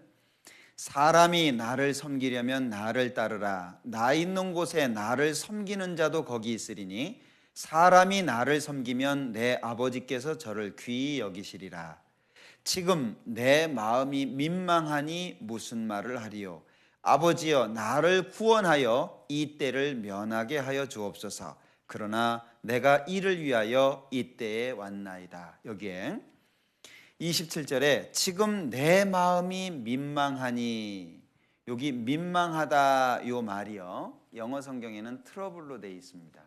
갈등이에요, 갈등. 뒤에 아버지여, 나를 구원하여 이 때를 면하게 하여 주옵소서. 어떤 마음이죠? 전 이 내용을 개인적으로는 많이 묵상하는 내용이거든요. 왜냐하면 예수님의 마음을 더 알고 싶어요. 예수님이 어떤 과정을 겪어서 나를 구원하셨는지 그 마음을 더 많이 알고 싶어요. 예수님이 하나님의 아들이었기 때문에 고통이 없었을 거라고 얘기하는 사람도 있습니다. 만약에 예수님이 하나님의 아들이었기 때문에 고통이 없었다면 아마 못 박는 로마 군사한테 얘기할 거예요. 야야, 빨리 박아라, 나 시간 없다, 이제 갈 때 다 됐으니까 얼른 박어. 그렇게 얘기하는 사람도 있어요. 예수님은 고통이 없었을 거라고. 근데 여기 말씀하시잖아요. 지금 내 마음이 민망하니 무슨 말을 하리요. 아버지여, 나를 구원하여 이 때를 면하게 하여 주옵소서. 어떤 마음일까요? 한쪽에서는 안 죽고 싶은 마음, 한쪽에서는 죽어야 되는 마음. 예수님이 안 죽으면 구원이 완성되지 않고 세상에 있는 사람들은 다 지옥 가야 돼요. 예수님이 죽어야 되는데 앞에 닥쳐있는 고난이 있는 거예요. 예수님은 자기가 받아야 되는 고난을 알고 나가신 거거든요. 얼마나 큰 고통을 받아야 되는지를 아시는 거예요. 그 고통이 앞에 있어요. 그 길을 걸어가셔야 돼요. 그 두 마음이 갈등하고 있는 거예요. 지금 내 마음이 민망하니. 그 갈등되는 마음 한번 생각해 보셨어요? 한번 묵상해 보셔요. 그 마음이 정말 내 마음속으로 옮겨올 수 있다면요, 우리는 곁길로 갈 수 없어요. 대충 살 수 없어요. 내가 주님을 위해서 사는 것 자체가 아까울 수가 없어요. 내가 열심히 주를 위해서 살았는데 남들이 오해해요. 그것도 문제 안 돼요. 왜? 내가 주님 앞에서 살아가는 것이니까 별로 문제 안 돼요. 다른 사람들한테 내가 인정받든 인정받지 못하든 문제 안 돼요. 교회 안에서 직분을 많이 맡든 적게 맡든 남들이 생각하기에 귀중하게 생각하는 일을 하든 아니면 하찮은 일을 하든. 제가 청년 시절에 금요일마다 화장실 청소하러 온 자매님이 한 분 있었어요. 그분은 꼭 금요일 날 와요. 토요일 날 청년들이 청소하는데 꼭 금요일 날 와요. 토요일 날 청소하려고 보면 깨끗해요. 어째 깨끗하냐 보니까 이분이 금요일 날 몰래 와가지고 청소하고 가. 그런 분이 있었어요. 누가 알아주든 알아주지 않든 오해하든 제대로 보든 상관없이요. 신앙이라고 하는 것이 그런 거잖아요. 그럼 왜 그렇게 하겠냐 그 얘기예요. 그렇게 하는 이유가 뭐겠어요? 그게 구원의 확신이거든요. 예수님이 십자가에서 내 죄를 용서했다, 그게 아니에요. 이론적으로 영원한 속죄 믿으세요, 그게 아닙니다. 개인적인 결단이에요. 그걸 자기의 것으로 소유하고 성령께서 도와주셔야 되는 것이지만 개인적인 결단이라고 하는 것이 있는 거예요. 성령께서 어떤 사람 도와주시겠어요? 전적인 타락으로 말미암아서 도저히 자기 힘으로는 빠져나올 수 없다는 것을 인정한 그 사람에게 성령께서 도와주시잖아요. 그 구원의 확신, 예수님의 십자가, 그 예수님의 신음소리, 예수님이 흘리시는 그 피, 예수님이 맞으신 그 채찍 자국, 3세기의 역사가였던 유세비우스라고 하는 사람의 증언에 보면은요, 뒤에 이 채찍 맞잖아요. 이 살이 리본처럼 찢겨져 가지고 덜렁덜렁 매달려 있게 된다. 그 사람은 그렇게 증언하고 있어요. 살이 찢겨져 가지고 리본처럼 덜렁덜렁 매달려 있는다는 거예요. 그렇게 맞았어요. 시간이 지나면서 피가 응고되죠. 나무를 지고 가요. 그럼 나무를 지고 가면 비벼지죠. 그러면 그 응고됐던 자리가 터지는 거예요. 그 고통 생각해 보셨습니까? 십자가에 못 박히는, 못이 손과 발에 박히는 고통만 사람들은 생각하지만 그 고통보다 어찌 보면 십자가 위에서 당하셨던 고통이 더 클 수도 있어요. 왜? 숨 쉴 수가 없거든요. 몸은 처지죠? 몸이 이렇게 처지잖아요. 그러면 숨쉬기가 어려운 거예요. 숨을 제대로 쉬려면 몸을 들어 올려야 되죠? 그러면 발에는 못이 박혀 있어요. 손에도 못이 박혀 있습니다. 힘이 가질 수밖에 없죠? 그러면 통증이 또 오는 거예요. 그럼 몸을 들어 올리려면 뒤에 있는 나무에 비벼서 들어 올려야 돼요. 그러면 응고됐던 자리가 또 터지는 거예요. 그 아팠던 상처가 또 터지면서 또 더 아픈 고통이 오는 거예요. 예수님이 그런 고통 가운데에서 우리를 구원하신 거예요. 한순간 한순간 예수님이 걸어가셨던 한 발 한 발을 한번 기억해 보셔요. 골고다로 올라가는 가운데에서 7번을 넘어지셨대요. 나 같은 죄인을 구원하기 위해서 그 고난을 예수님이 받으신 거예요. 마태복음 26장에 보면 예수님의 얼굴에 침을 뱉었습니다. 사람들이 주먹질을 하고 손바닥으로 때렸어요. 그럼에도 불구하고 예수님은 잠잠하셨습니다. 이유가 뭐죠? 날 보신 거잖아요. 그때 고난받으면서 누구를 보신 거예요? 세상 모든 사람을 바라보셨지만 누구 봤습니까? 주님은 날 본 거예요. 그래서 히브리서 12장에 앞에 있는 즐거움을 위하여 십자가를 참았다고 기록하신 거예요. 앞에 있는 즐거움. 비록 나는 이렇게 비참하게 죽어가지만 그 예수님의 죽음을 통해서 구원받을 수많은 사람들을 생각한 거예요. 그들이 주님을 위해서 살 거니까. 예수님은 그들을 위해서 죽고 그들은 예수님을 위해서 죽는 생활을 할 테니까 그걸 보면서 예수님은 부끄러움을 참으신 겁니다. 십자가를 참으신 거예요. 우리가 과연 나 때문에 십자가를 참아주신 그분의 뜻에 부응하고 살고 있습니까? 히브리서 12장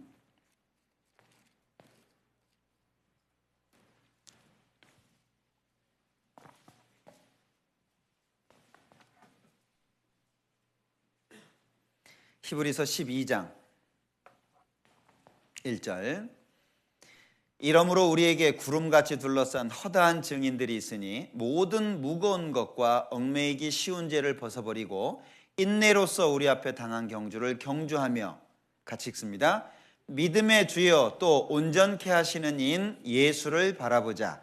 저는 그 앞에 있는 즐거움을 위하여 십자가를 참으사 부끄러움을 개의치 아니하시더니 하나님 보좌 우편에 앉으셨느니라. 제가 이 내용을 쭉 읽으면서요. 십자가는 고통만 있었던 것이 아니구나. 십자가는 아픔만 있는 게 아니에요. 십자가에는 뭐가 있어요? 부끄러운 수치가 있어요. 십자가에는 옷을 벗어야 돼요. 많은 사람들이 예수님을 조롱합니다. 네가 하나님의 아들이면서 왜 죽냐? 하나님의 아들이라면 한번 살아나 봐라. 옆에 있는 강도들 좀 살려주고 비난하고 있었습니다. 그 대적자들 앞에서 옷을 벗어야 돼요. 통증으로 인해서 너무나도 고통스럽죠? 옷을 벗은 그 수치스러움까지 있죠. 예수님은 십자가에서 고통과 함께 부끄러움이 있었어요. 그런데 예수님은 개의치 않았습니다. 그 부끄러움을 개의치 않았어요. 이유가 뭐죠? 앞에 있는 즐거움 때문에. 누구 때문에? 이 자리에 있는 나 때문에 참으신 거예요. 이 자리에 있는 나 때문에. 내가 있으니까 참으신 거예요. 내가 구원을 받고 내가 구원받은 사람답게 살아가고 주님을 위해서 살 것이니까 그걸 바라보고 예수님은 참으신 거예요. 부끄럽지만 참으셨어요. 고통이 있지만 견디셨습니다. 나는 과연 그 예수님의 고통과 예수님의 부끄러움을 개의치 않는 마음에 부응해서 지금 살고 있냐는 거예요. 아니면 내 마음속에 불평이 있습니까? 아니면 내 마음속에 원망이 있습니까? 아니면 아직도 용서되지 못한 누군가가 있습니까? 예수님이 나를 바라보고 계셔요. 피를 흘리시는 그 예수님이 나를 바라보고 계셔요. 우리는 예수님의 십자가를 잊으면 안 됩니다. 예수님의 십자가 내 마음속에 깊이 새겨져서 그 이상의 것, 그 이하의 것을 생각할 수 없는 오직 십자가만을 생각할 수 있을 정도로 내 마음속에 그분의 사랑이 새겨져야 돼요. 마저도 이해할 수 있는, 손해봐도 이해할 수 있는, 무시를 당해도 이해할 수 있는, 오직 십자가만으로 만족할 수 있는 그런 깊이가 우리 마음속에 새겨질 수 있어야 돼요. 그게 구원의 확신이에요. 왜 구원의 의심을 하냐고 얘기해요. 큰 은혜인데, 이같이 큰 구원인데, 도저히 변화할 수 없는, 변동될 수 없는 십자가인데, 나를 사랑하신다고 하는 그 하나님의 확실한 사랑의 표시인데 왜 어떤 사람에게는 의심의 대상이 될 수 있냐는 거예요. 그만큼 우리가 예수님을 깊게 생각 안 한 거예요. 그만큼 예수님을 쉽게 생각한 거예요. 왜 긴 설교 시간이 문제가 돼야 되죠? 왜? 어째서 모이는 시간이 많은 것이 문제가 돼야 되죠? 어째서 간증 많이 한다고 이 문제가 돼야 되냐 그 얘기예요.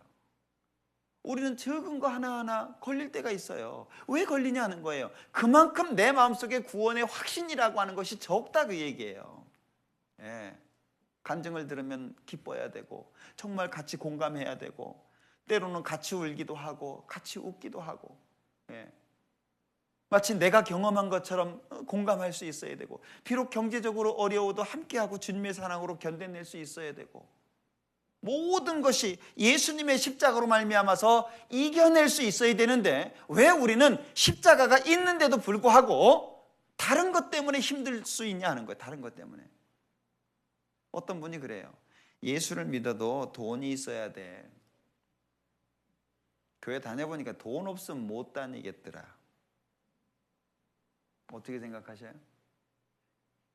예수님이 그 소리 들으면 뭐라 그러실까요? 기뻐하실까요? 근데 그런 말이 우리 입을 통해서 나와요. 그런 말들이 절대 생각해서도 안 돼야 되는 말인데 내 입을 통해서 나오면 안 되는 말인데 내 입을 통해서 세상 사람들이 할 수 있는 그런 말들이 내 입을 통해서 나온다 그 얘기예요. 나는 찬송을 부르는 사람인데 기도하는 사람인데 성경을 가까이 하는 사람인데 내 입에서 나온다 그 얘기예요. 왜 나오죠? 구원의 확신이 적은 거예요.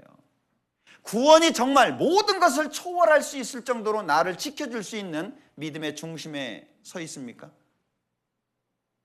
서 있어야 돼요. 그게 있어야 돼요. 그게 없으면 어쩌면 우리는 열심히 살았다고 하지만 주님 앞에 가서 책망받을 수 있어요. 저는 이 사도행전 15장을 읽으면서 지금 우리 시대의 이 복음이 너무 변질되어 있다는 걸 느꼈어요. 한번 볼까요? 사도행전 15장.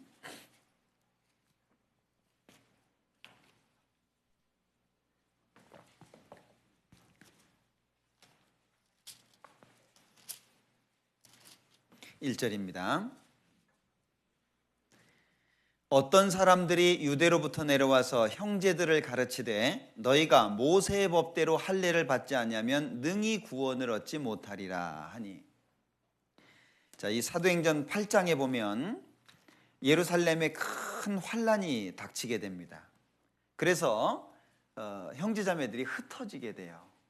그 흩어지는 과정 속에서 복음을 전하게 됩니다. 그래서 여러 사람들이 구원을 받게 돼요. 그런데 이스라엘 사람들만 구원을 받는 것이 아니고 이방인들도 구원을 받기 시작하는 거예요. 그런데 여기 사도행전 15장에 이방인들은 이제 믿음으로 말미암아 구원을 얻었어요.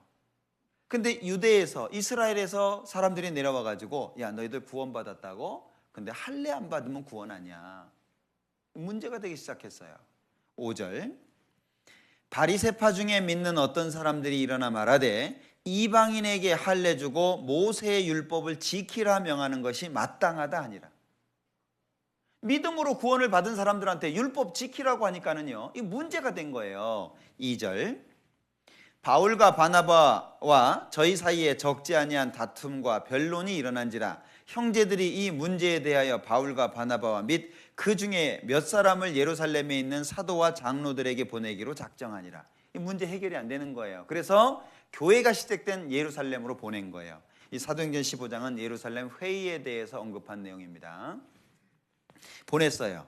자, 6절 사도와 장로들이 이 일을 의논하러 모여 많은 변론이 있은 후에 베드로가 일어나 말하되 형제들아 너희도 알거니와 하나님이 이방인들로 내 입에서 복음의 말씀을 들어 믿게 하시려고 오래전부터 너희 가운데서 나를 택하시고 또 마음을 아시는 하나님이 우리에게와 같이 저희에게도 성령을 주어 증거하시고 믿음으로 저희 마음을 깨끗이 하사 저희나 우리나 분간치 아니하셨느니라. 그런데 지금 너희가 어찌하여 하나님을 시험하여 우리 조상과 우리도 능히 매지 못하던 멍에를 제자들의 목에 두려느냐. 여기서 멍에는 율법입니다. 그러니까 베드로가 얘기하는 거예요.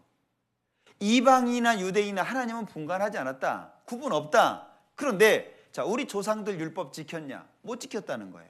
우리는 지켰냐? 우리도 못 지켰다는 거예요. 그런데 왜 이방인들에게 율법 지키라고 명해야 되냐? 지금 베드로가 말하고 있는 겁니다. 한 장 넘겨보시면 결정된 사항입니다. 24절 들은즉 우리 가운데서 어떤 사람들이 우리의 시킨 것도 없이 나가서 말로 너희를 괴롭게 하고 마음을 혹하게 한다 하기로 사람을 택하여 우리 주 예수 그리스도의 이름을 위하여 생명을 아끼지 아니하는 자인 우리의 사랑하는 바나바와 바울과 함께 너희에게 보내기를 일치 가결하였노라. 그리하여 유다와 실라를 보내니 저희도 이 일을 말로 전하리라. 성령과 우리는 이 요긴한 것들 외에 아무 짐도 너희에게 지우지 아니하는 것이 가한 줄을 알았노니 우상의 제물과 피와 목매어 죽인 것과 음행을 멀리할지니라. 이에 스스로 삼가면 잘 되리라. 평안함을 원하노라 하였더라. 이게 이제 결정된 사항입니다.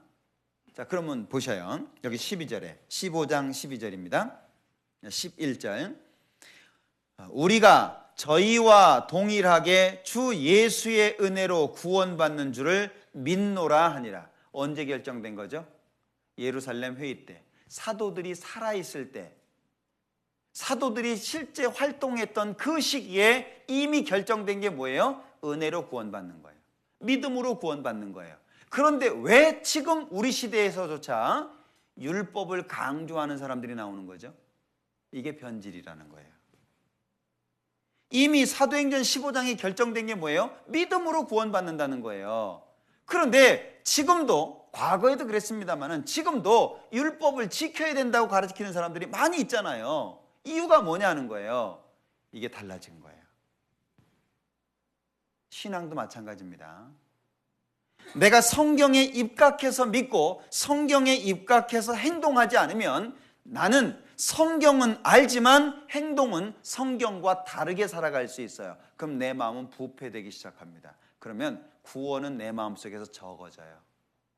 점점 적어져요. 나중에는 아주 곤란한 골동품이 돼버려요. 이러지도 저러지도 못하는 골동품. 없애지는 못하고, 그렇다고 치우자니 그렇고, 있으면 괴롭고 없으면 또 이상하고, 구원이 그런 골동품이 돼버린다는 말이죠. 그 구원이라고 하는 것이 나의 삶을 바꾸고 어떤 하나님의 역사를 나타내는 데 있어서 앞장서게 하는 것이 돼야 되는데, 오히려 구원이라고 하는 것이 부끄러움의 어떤 대상이 돼요. 사람들 앞에서 말 못하는. 그러니까 전도하면은요, 제가 구미 가가지고도 계속 얘기하는 것이요. 얘기하라고. 왜 집회를 앞두고 한 주, 두 주 앞에서 그렇게 방황을 하고 그렇게 당황을 하냐고. 전도는 늘상 생활 속에 하는 거 아니냐. 만약에 5월 달에 집회가 있다 그러면은 적어도 두세 달 이전부터 준비해야 될 거 아니냐. 집회가 내일인데 전도할 사람 없어서 안절부절하고, 교회를 가자니 민망하고 안 가자니 그렇고, 그냥 뒷자리에 앉았다가 씩 나가버리고, 예. 그러니까 집회 때가 되면요, 이게 잔치가 돼야 되는데 썰렁하단 말이에요. 왜 썰렁하죠? 그동안의 삶 자체가 부끄러운 삶이 됐다는 거예요. 마음속에 복음의 어떤 열정적인 삶이 된 것이 아니고 복음의 부끄러운 삶을 살았다는 거예요. 그러니까 집회가 끝나도요, 듣는 사람이 있어도 끝나고 나서 결정된 사람이 없어요. 정말 마음이 바뀌어서 교제에 참석을 하고 어떤 그 생활이 바뀌고 뭔가 다른 사람에게 영향을 줄 수 있는 그런 사람이 점점 적어져요. 왜 적어져요? 먼저 구원받고 살아가는 사람들의 어떤 구원의 확신이 적어지니까 그래요. 열정적인 삶이 안 나타나니까, 그 얼굴에서 십자가로 인해서 빛나는 광채가 없으니까. 예. 요즘의 사람들 얼마나 힘들어요. 정말 힘들죠. 고통스럽죠. 그들에게 빛을 비춰야 되잖아요. 요즘의 사람들 얼마나 힘들어합니까? 정말 어렵죠. 기댈 데 없고 의지할 데 없고. 그들에게 우리는 믿는 것이 있고 의지할 바가 있다는 걸 보여줘야 되잖아요. 일상생활 가운데에서 없어도 좋고 있어도 괜찮아요. 어떤 분은 가난하면 전도 못한다고 하는데 가난해도 전도 잘합니다. 어떤 사람은 사업이 잘 돼서 전도하는 사람도 있죠. 어떤 사람은 사업이 망해도 전도하는 사람이 있어요. 왜? 우리에게는 망하나 흥하나 소중한 건 주님이거든요. 다른 사람 같으면 이렇게 망하면 죽어야 되는데 그 사람은 오히려 소망이 있고 살아가는 자세가 다르다. 그것도 전도의 요지가 돼요. 예. 때를 얻든지 못 얻든지라고 경고하고 계시잖아요. 내 마음속에 과연 이 하나님의 은혜, 정말 바울 사도가 오직 복음만을 위해서 살았던 것처럼 내 마음속에는 왜 그런 열정이 없냐는 거예요. 왜? 그 열정을 우리도 배워야 돼요. 그 열정을 나도 가져야 돼요. 예. 정말 나도 복음을 전하다가 코피도 터져보고, 복음을 전하다가 정말 따기도 맞아보고, 복음을 전하다가 어떤 능력도 받아보고, 고상하게 신앙생활 하려고 하지 말고요. 신앙이라고 하는 건 무식한 겁니다. 신앙은 고상한 게 아니에요. 저 사람 생각하고 저 사람 사정 봐줘가지고 지옥 가기 딱 맞죠. 그 사람 사정 봐줬는데 그 사람이 천국 가겠어요? 역행해야 돼, 역행. 예. 그 신앙이라고 하는 거는요, 무식한 거예요. 상대방 사정 안 봐주죠. 상대방 시간 안 봐주죠. 예. 이건 무식한 거예요. 고상하게 그냥 와가지고 찬송 아름답게 부르고, 예. 사람들 대할 때, 아우, 저 예수 믿는 사람이에요. 뭐 이렇게 고상하게 얘기하고, 예. 믿어보세요. 예수 믿으면 좋아요. 뭐 복 많이 받아요. 그게 예수 믿는 게 아니잖아요. 앞에 죽음이 있다는 걸 알려주고 심판이 있다는 걸 알려주고, 당신 그렇게 살면 당신 인생 망친다는 거 알려주고, 우리에게 소망이 있다는 거 알려주고, 영원한 세계가 있다는 거 알려주고, 우리 그렇게 살아야 되잖아요. 그들이 인정하든 인정하지 않든, 듣든지 아니 듣든지 그건 그 사람의 몫이고, 우리가 할 수 있는 것은 내 마음속에 세워진 십자가를 정확하게 세우고 틀림없이 세우고 그 십자가에 준해서 사는 거예요. 예, 흥하거나 망하거나 하나님이 하실 일이니까 우린 주님을 위해서 걸어가는 거, 그게 있어야 되잖아요. 그래서 성경에는 구원에 대한 언약을 하나님이 직접 해주신 거예요. 구원에 대한 언약이 하나님으로부터 나왔다는 거 아시죠? 로마서 8장입니다.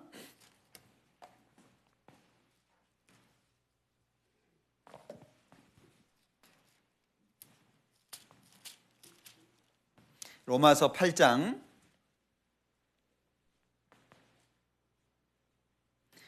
33절. 누가 능히 하나님의 택하신 자들을 송사하리요, 의롭다 하신 이는 하나님이시니. 의롭다고 하신 분이 누구죠? 하나님입니다. 왜 하나님이 인정하셨을까요? 그냥 구원받아서 천국 가는 문제만 있는 게 아니에요. 하나님이 직접 선언하신 문제입니다. 의롭다고 하신 이는 하나님입니다. 왜요? 우리가 앞으로 나아가야 될 길에 험난함이 있으니까. 너희가 하나님의 나라에 들어가려면 많은 환난을 겪어야 될 것이다. 우리도 마찬가지입니다. 우리가 색깔을 드러내지 않으니까 잠잠한 거예요. 내가 입을 열지 않으니까 편안한 삶이 있는 거예요. 내가 그들에게 어떤 거스림이 되고 걸림이 안 되니까 잠잠한 거예요. 그러니까 잠잠한 대신에 죽어가는 생명들이 있는 거잖아요. 내가 입을 안 여는데 어떤 문제가 생기겠어요? 네가 땅에서 무엇이든지 매면 하늘에서도 매일 것이요 무엇이든지 풀면 하늘에서도 풀리리라. 문제는 구원받은 한 사람 한 사람이 어떤 모습으로 살아가느냐에 따라서 상황이 달라진다는 거죠. 우리는 세상에서 고난받아야 돼요. 세상에서 대접받으려고 하면 안 됩니다. 사람들이 나를 인정해 주길 바라면 안 돼요. 좋아하든 싫어하든 상관없습니다. 우리는 하나님 뜻 안에서 살아야 돼요. 그게 구원의 확신이에요. 남들이 무시해도 괜찮아요. 왜? 구원의 확신이 있으니까.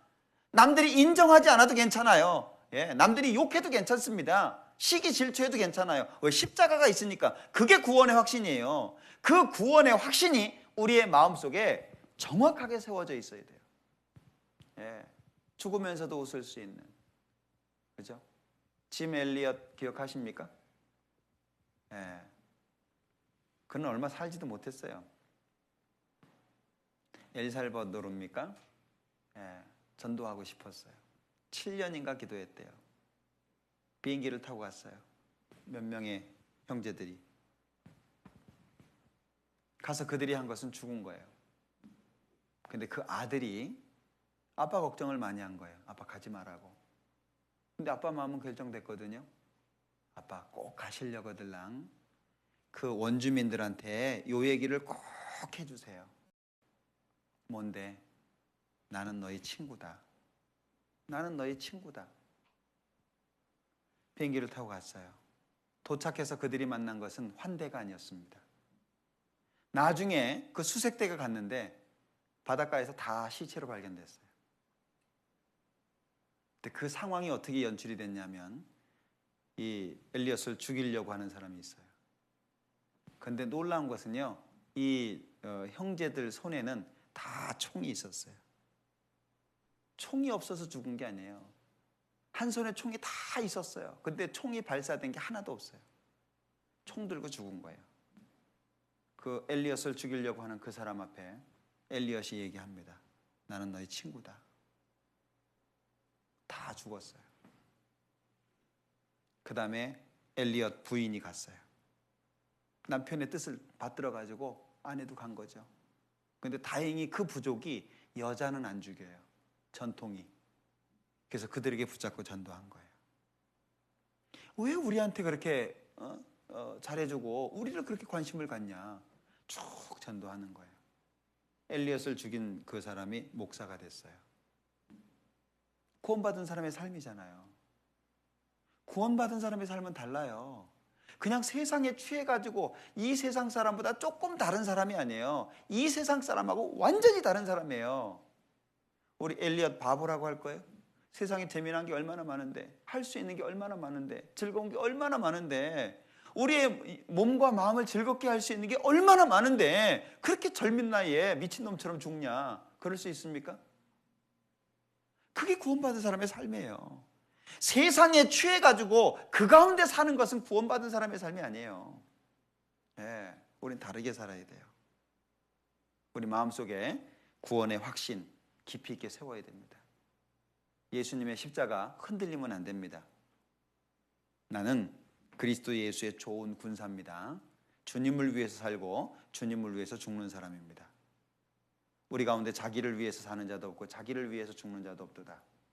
살아도 주를 위해서 살고 죽어도 주를 위해서 죽나니 그러므로 우리가 사나 죽으나 주의 것이로라. 그것은 우리의 마음속에 세워진 구원의 확신에 의해서 세워지는 겁니다. 우리 마음속에 구원의 확신을 명확하게 하는 것이 필요할 거예요. 같이 기도하겠습니다. 우리를 사랑하시는 자비로우신 주님 감사합니다. 우리에게 구원의 기쁨을 주시고 영원한 천국의 소망을 주신 것 참으로 감사합니다. 또한 살아가는 모든 삶 가운데 말씀을 통해서 우리의 갈 바를 인도하시고 또 우리를 다스려 주시는 것 참으로 감사합니다. 이번에 4일간의 일정 가운데 하루를 보냈습니다. 구원의 확신이 우리의 마음속에 정확하게 세워지고 그로 말미암아서 삶의 변화가 올 수 있도록 내가 있는 그 지역의 주변의 여러 사람들에게 하나님을 증거할 수 있고 또 어려운 가운데서라고 할지라도 하나님을 나타냄으로 인해서 행복한 마음을 가질 수 있도록 우리의 마음을 다스려 주시기를 원합니다. 우리 양천교회 모든 형제자매님들 한 분 한 분 기억해 주시고 말씀으로 세워주시고 하나님의 뜻대로 살아갈 수 있는 그리스도 예수의 좋은 군사로서 세워주시기를 원합니다. 날로 구원받는 사람들이 더해지고 하나님께 영광이 될 수 있도록 우리 양천교회 더욱더 사용해 주시고 도와주시옵소서. 남은 모든 시간들도 함께 해주시기를 원하면서 예수님의 이름으로 기도합니다. 아멘.